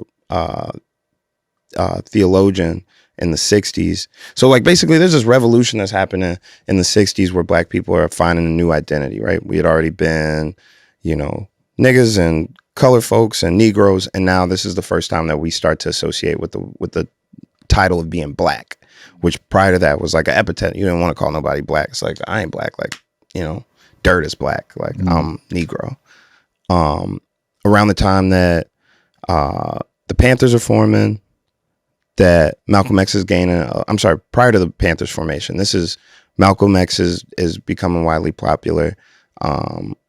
Black art is starting to get spread. James Brown puts out Say It Loud, I'm Black and I'm Proud. And so there's a revolution in all these different spaces. And one of the key spaces that there was a revolution in is the Black church, which is becoming increasingly involved in the liberation struggle.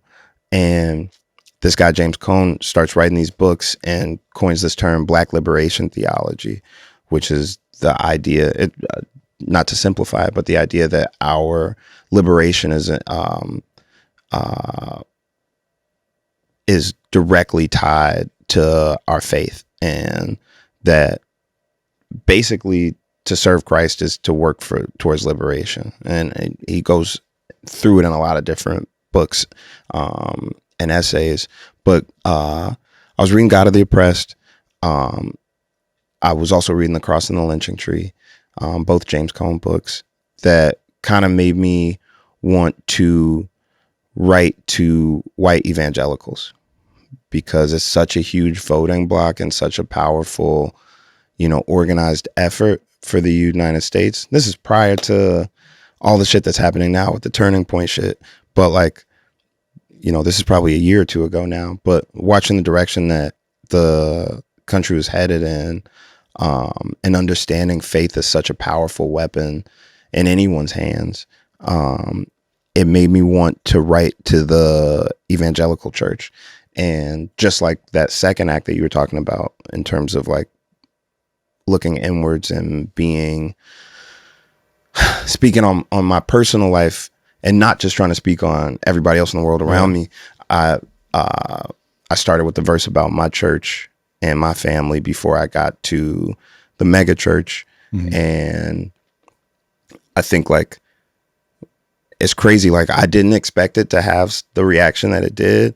And it wasn't negative, but like everybody somehow from my church heard the song and had something to say. You know what I'm saying? But like, you know, I think one of the things that James Cone talked about a lot in the Crossing the Lynching Tree was the relationship between organized faith and mob violence. And mob violence is what killed Jesus.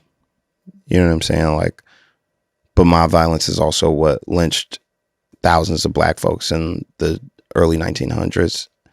And mob violence is typically what leads to rebellion and revolution. Mm-hmm. And all of these are tied to faith. That is the galvanizing factor in any of those movements, is that people had to believe that their faith was tied to it, that there was a deeper, more divine call to action that was leading their cause and leading their cause to success. And I think as we go further and further down this road, we get closer and closer, or see more and more examples of mob violence and more justification through faith. And I wanted to give a perspective on what is wrong with the church as a body, as a space, as an organization, to basically rile up the troops, like to get people angry and reflective and actionable. Yeah, I think for me, like the genius stroke of this song is the fourth verse and the bridge in the fourth verse, because obviously there's a lot of like aggression and frustration in the first three verses, but I think you coming back with a softer bridge, a softer fourth verse, really helps like articulate this. You know, I'm speaking harshly and I'm being very direct, but this is coming from a place of love and purpose, and a reminder of what this thing used to be. It's not just a rope, it's a rope with a purpose, right? Let these words be said in love. Let the truth to set you free. Let the log from out my eye set fire to the tree. When the empire falls and the kingdom stands tall. So to me, like the song is even more impactful when you say, you know, let these words be said in love. You say it directly, and then hearkening on some tropes of Jesus, that the truth will set you free. Take the log from out my eyes, set fire to the tree. Also, I just point out to the listeners where this is coming off the heels of tree and burn your block. So this motif of fire and wood and so I gotta just acknowledge that I thought that was a really just like really brilliant artistic move to make the impact of the song even, because you could have just left it with the first three verses. Pastor Charlie, my pastor, his name's Charlie Dace. He's a very popular pastor. He was the one that was like, you need a fourth verse. He's like, you can't just keep talking about all the shit that the church does wrong. And I low-key didn't really do what he was saying, but I did agree that it needed like you said, a softer fourth verse. And there's a song called All My People that will eventually come out, but I don't think the world was ready for it when I dropped the album, that continues this Moses motif of that's like throughout the album. So like, you know, talk about going to the mountaintop and talk about my face being shown. And we talk about the 4 commandments. There's this like this Moses motif because they used to call Marcus Garvey the great Negro Moses. And so there's like several points where I'm coming from that perspective and trying to lead people.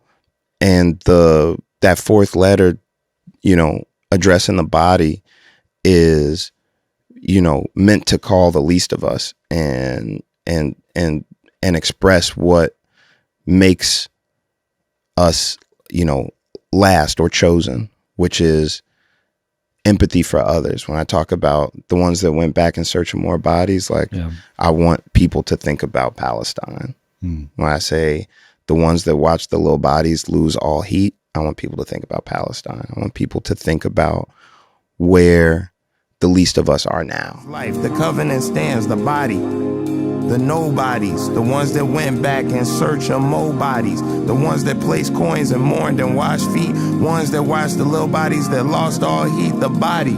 his child, his pride, his joy. If I have no words, my sword, my voice. I write to you with tattooed tears and heavy shoulders. An angel with a hand on his hip, the gun holster. What is violence if not silence? So sling that rock and slay that giant slow.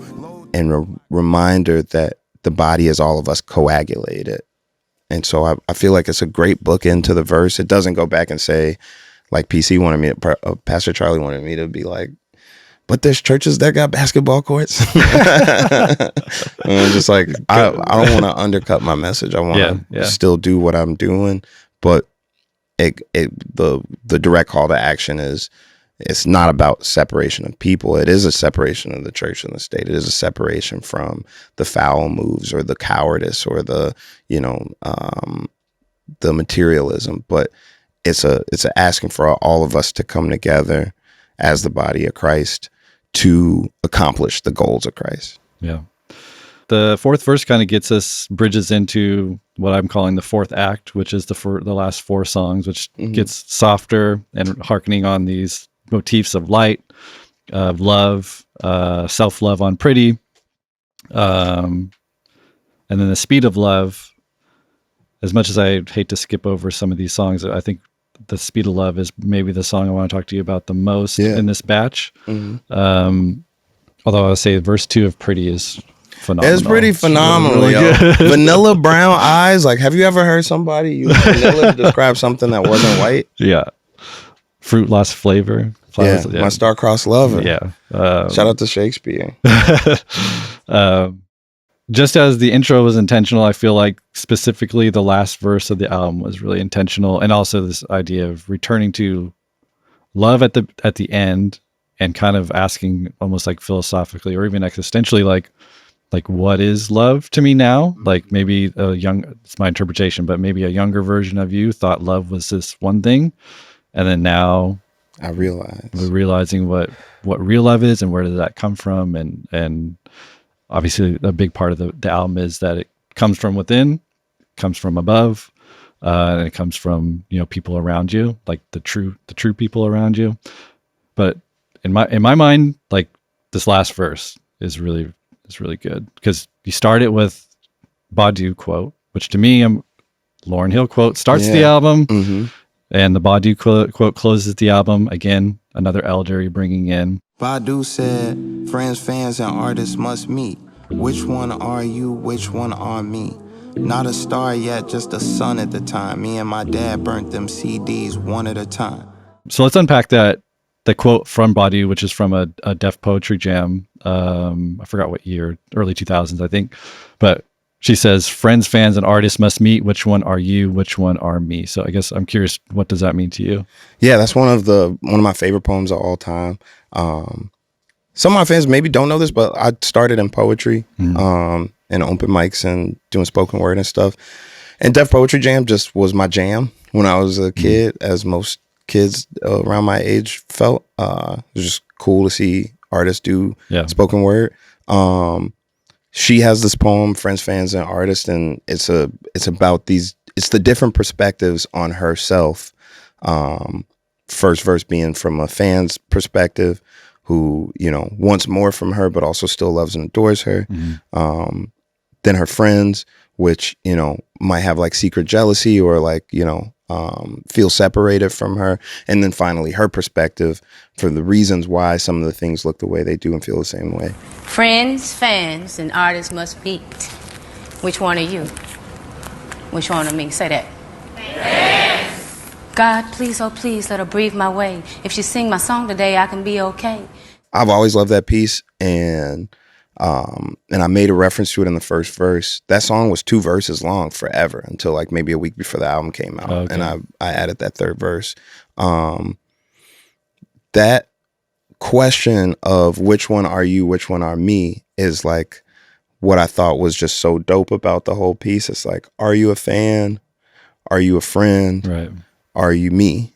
And I think like I did chase this adulation and this love since an early age. I've been doing talent shows since I was like in 3rd grade. But like, what's funny is to think that all this time that, going back to 10 Day, that my dad was spending, you know, writing my name on CDs and burning CDs one at a time with me in the middle of the night and sending me to schools and to the front of stores to go pass out my CD in the pursuit of fans, in the pursuit of a love. Right. The biggest fan the whole time was my dad. The person that loved me the most that I'll probably ever experience was my father. And speaking on these lessons and the ways that me and him, our lives ran parallel was like a really important revelation at the end. Like, you know, God or Jesus called Peter to be a fisher of men, to be like a person to go out and galvanize and, you know, restore confidence in men to go follow Christ and to be kingdom builders and warriors. And my dad taught me how to fish. You know, the saying about like teach a man, give a man a fish, he'll eat for a day, teach a man how to fish. He'll, you know what I'm saying? Like all of these lessons were so important to me. And my dad, like myself, was in BD and in LD. He was in classes where they were saying he wasn't smart. But like if you met my dad, you wouldn't ever guess that about him. But this confidence that he made sure I kept in the wake of like being academically disposed, like he was always like, no, you are a genius. No, you can do this. No, you better do this, as a matter of fact. The love baked in barbecue grill. He taught me how to fish, how to start a new skill. He said, scale from the tail, grab the shark by the gills. If God need a boat, do your part and you build. Fuck the art of the deal, put your art in your will, so your kids never spend time starving or ill. I think about his bars too long, I start to get chills. That verse offers so much humanity to myself and to my dad, to be like, you know, what is the irony of like, you know, us both not being artistically gifted, but our handwriting being the first covers of my albums? And what does it mean to like be a kid that's, you know, counted out academically, but then also having an undying confidence in self to like, to become the person that we believe that we would be as a child. And it's just like, I don't know, it's just very, very humble. Like, I love the verse because it's so fire. Like the rhyming on it is ridiculous. Back to back to back to back. But like, it's the descriptions of it. It's these little pieces of our lives, of the love being baked in, barbecue grilled. Like that's like No More Old Men. That's like baking in this positive black male patriarchy that like we don't always get to see or celebrate. Yeah, the writing is that whole sequence where you quote him, scale from the tail, grab the shark by the gills. If God need a boat, do you part in your build? And the way that you say it is, it's fucking really, really powerful. And then, so just to tell you that the third part that gives me chills is when you say you get chills thinking about his bars. Like that part is really hits. And then I'll call back for the listeners. You are maintaining a 4-syllable rhyme scheme throughout that entire sequence. But then the end of the album, which I think is just a perfect way to end the album, because you kind of give us the high and the low in like this latter part of the verse or the album, where you say, "My heart beats fast when the love comes slow. At the end of the day, man, it's the day gonna end, but I always end up where the love don't go." So kind of somber note, but then your voice gets higher and then the message gets higher and more positive. But if you look up, literally look up, that star gonna shine. I'm always in my glow. Run the light, no telling what life will be, but start and life will go. The end of the day, man, the day gon' end, but I always end up where the love don't go. But if you look up, that star gon' shine. I'm always in my glow. Run a light, no telling where life will be, but start and life will go. Tying so many of the motifs of the album, bringing it full circle with the Lauren and the Badu, and bringing your father back and the elders, the stars. Like it just feels like such like that last stroke of the painting. It feels very intentional. Yeah, I think I grew up listening to CDs on CD players that had the button where it said repeat. They got it on phones now too, Right. but like when an album would end, it would go back to the first track. Yeah. So a lot of my projects end in a way that's supposed to send you back to the first song. And this one was no different. But I really, I think when you're first creating, I said it at the beginning of this video, like when you're first creating, you're thinking like, I'm gonna pour all the love into it and hopefully get a portion back.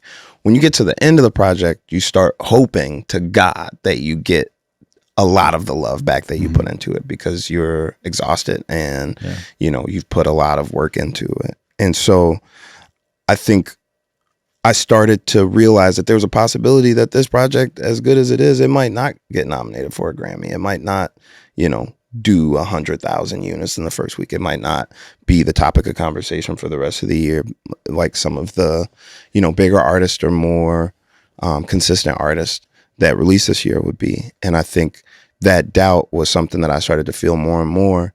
And I think the way that I characterize myself as a star that's like floating up in darkness, but if you ever look up, I'm gonna still be here and I'll lead the way, and this project exists now. Yeah. I've put it out, I've published it, so you can get whatever you need from it whenever you need to tap into it. And so even if I'm in the place where the love don't go, even if I feel isolated, I'm gonna shine. Right. Like if you come to the show when I say I'm coming to your city, you're gonna get a show. If you turn on my album when you get an opportunity to, you're gonna get an album. Yeah. But nothing is guaranteed. So just start and life will go. I was going to ask you what the biggest takeaway from the album you want listeners to take with them, but that sounds like maybe it's it.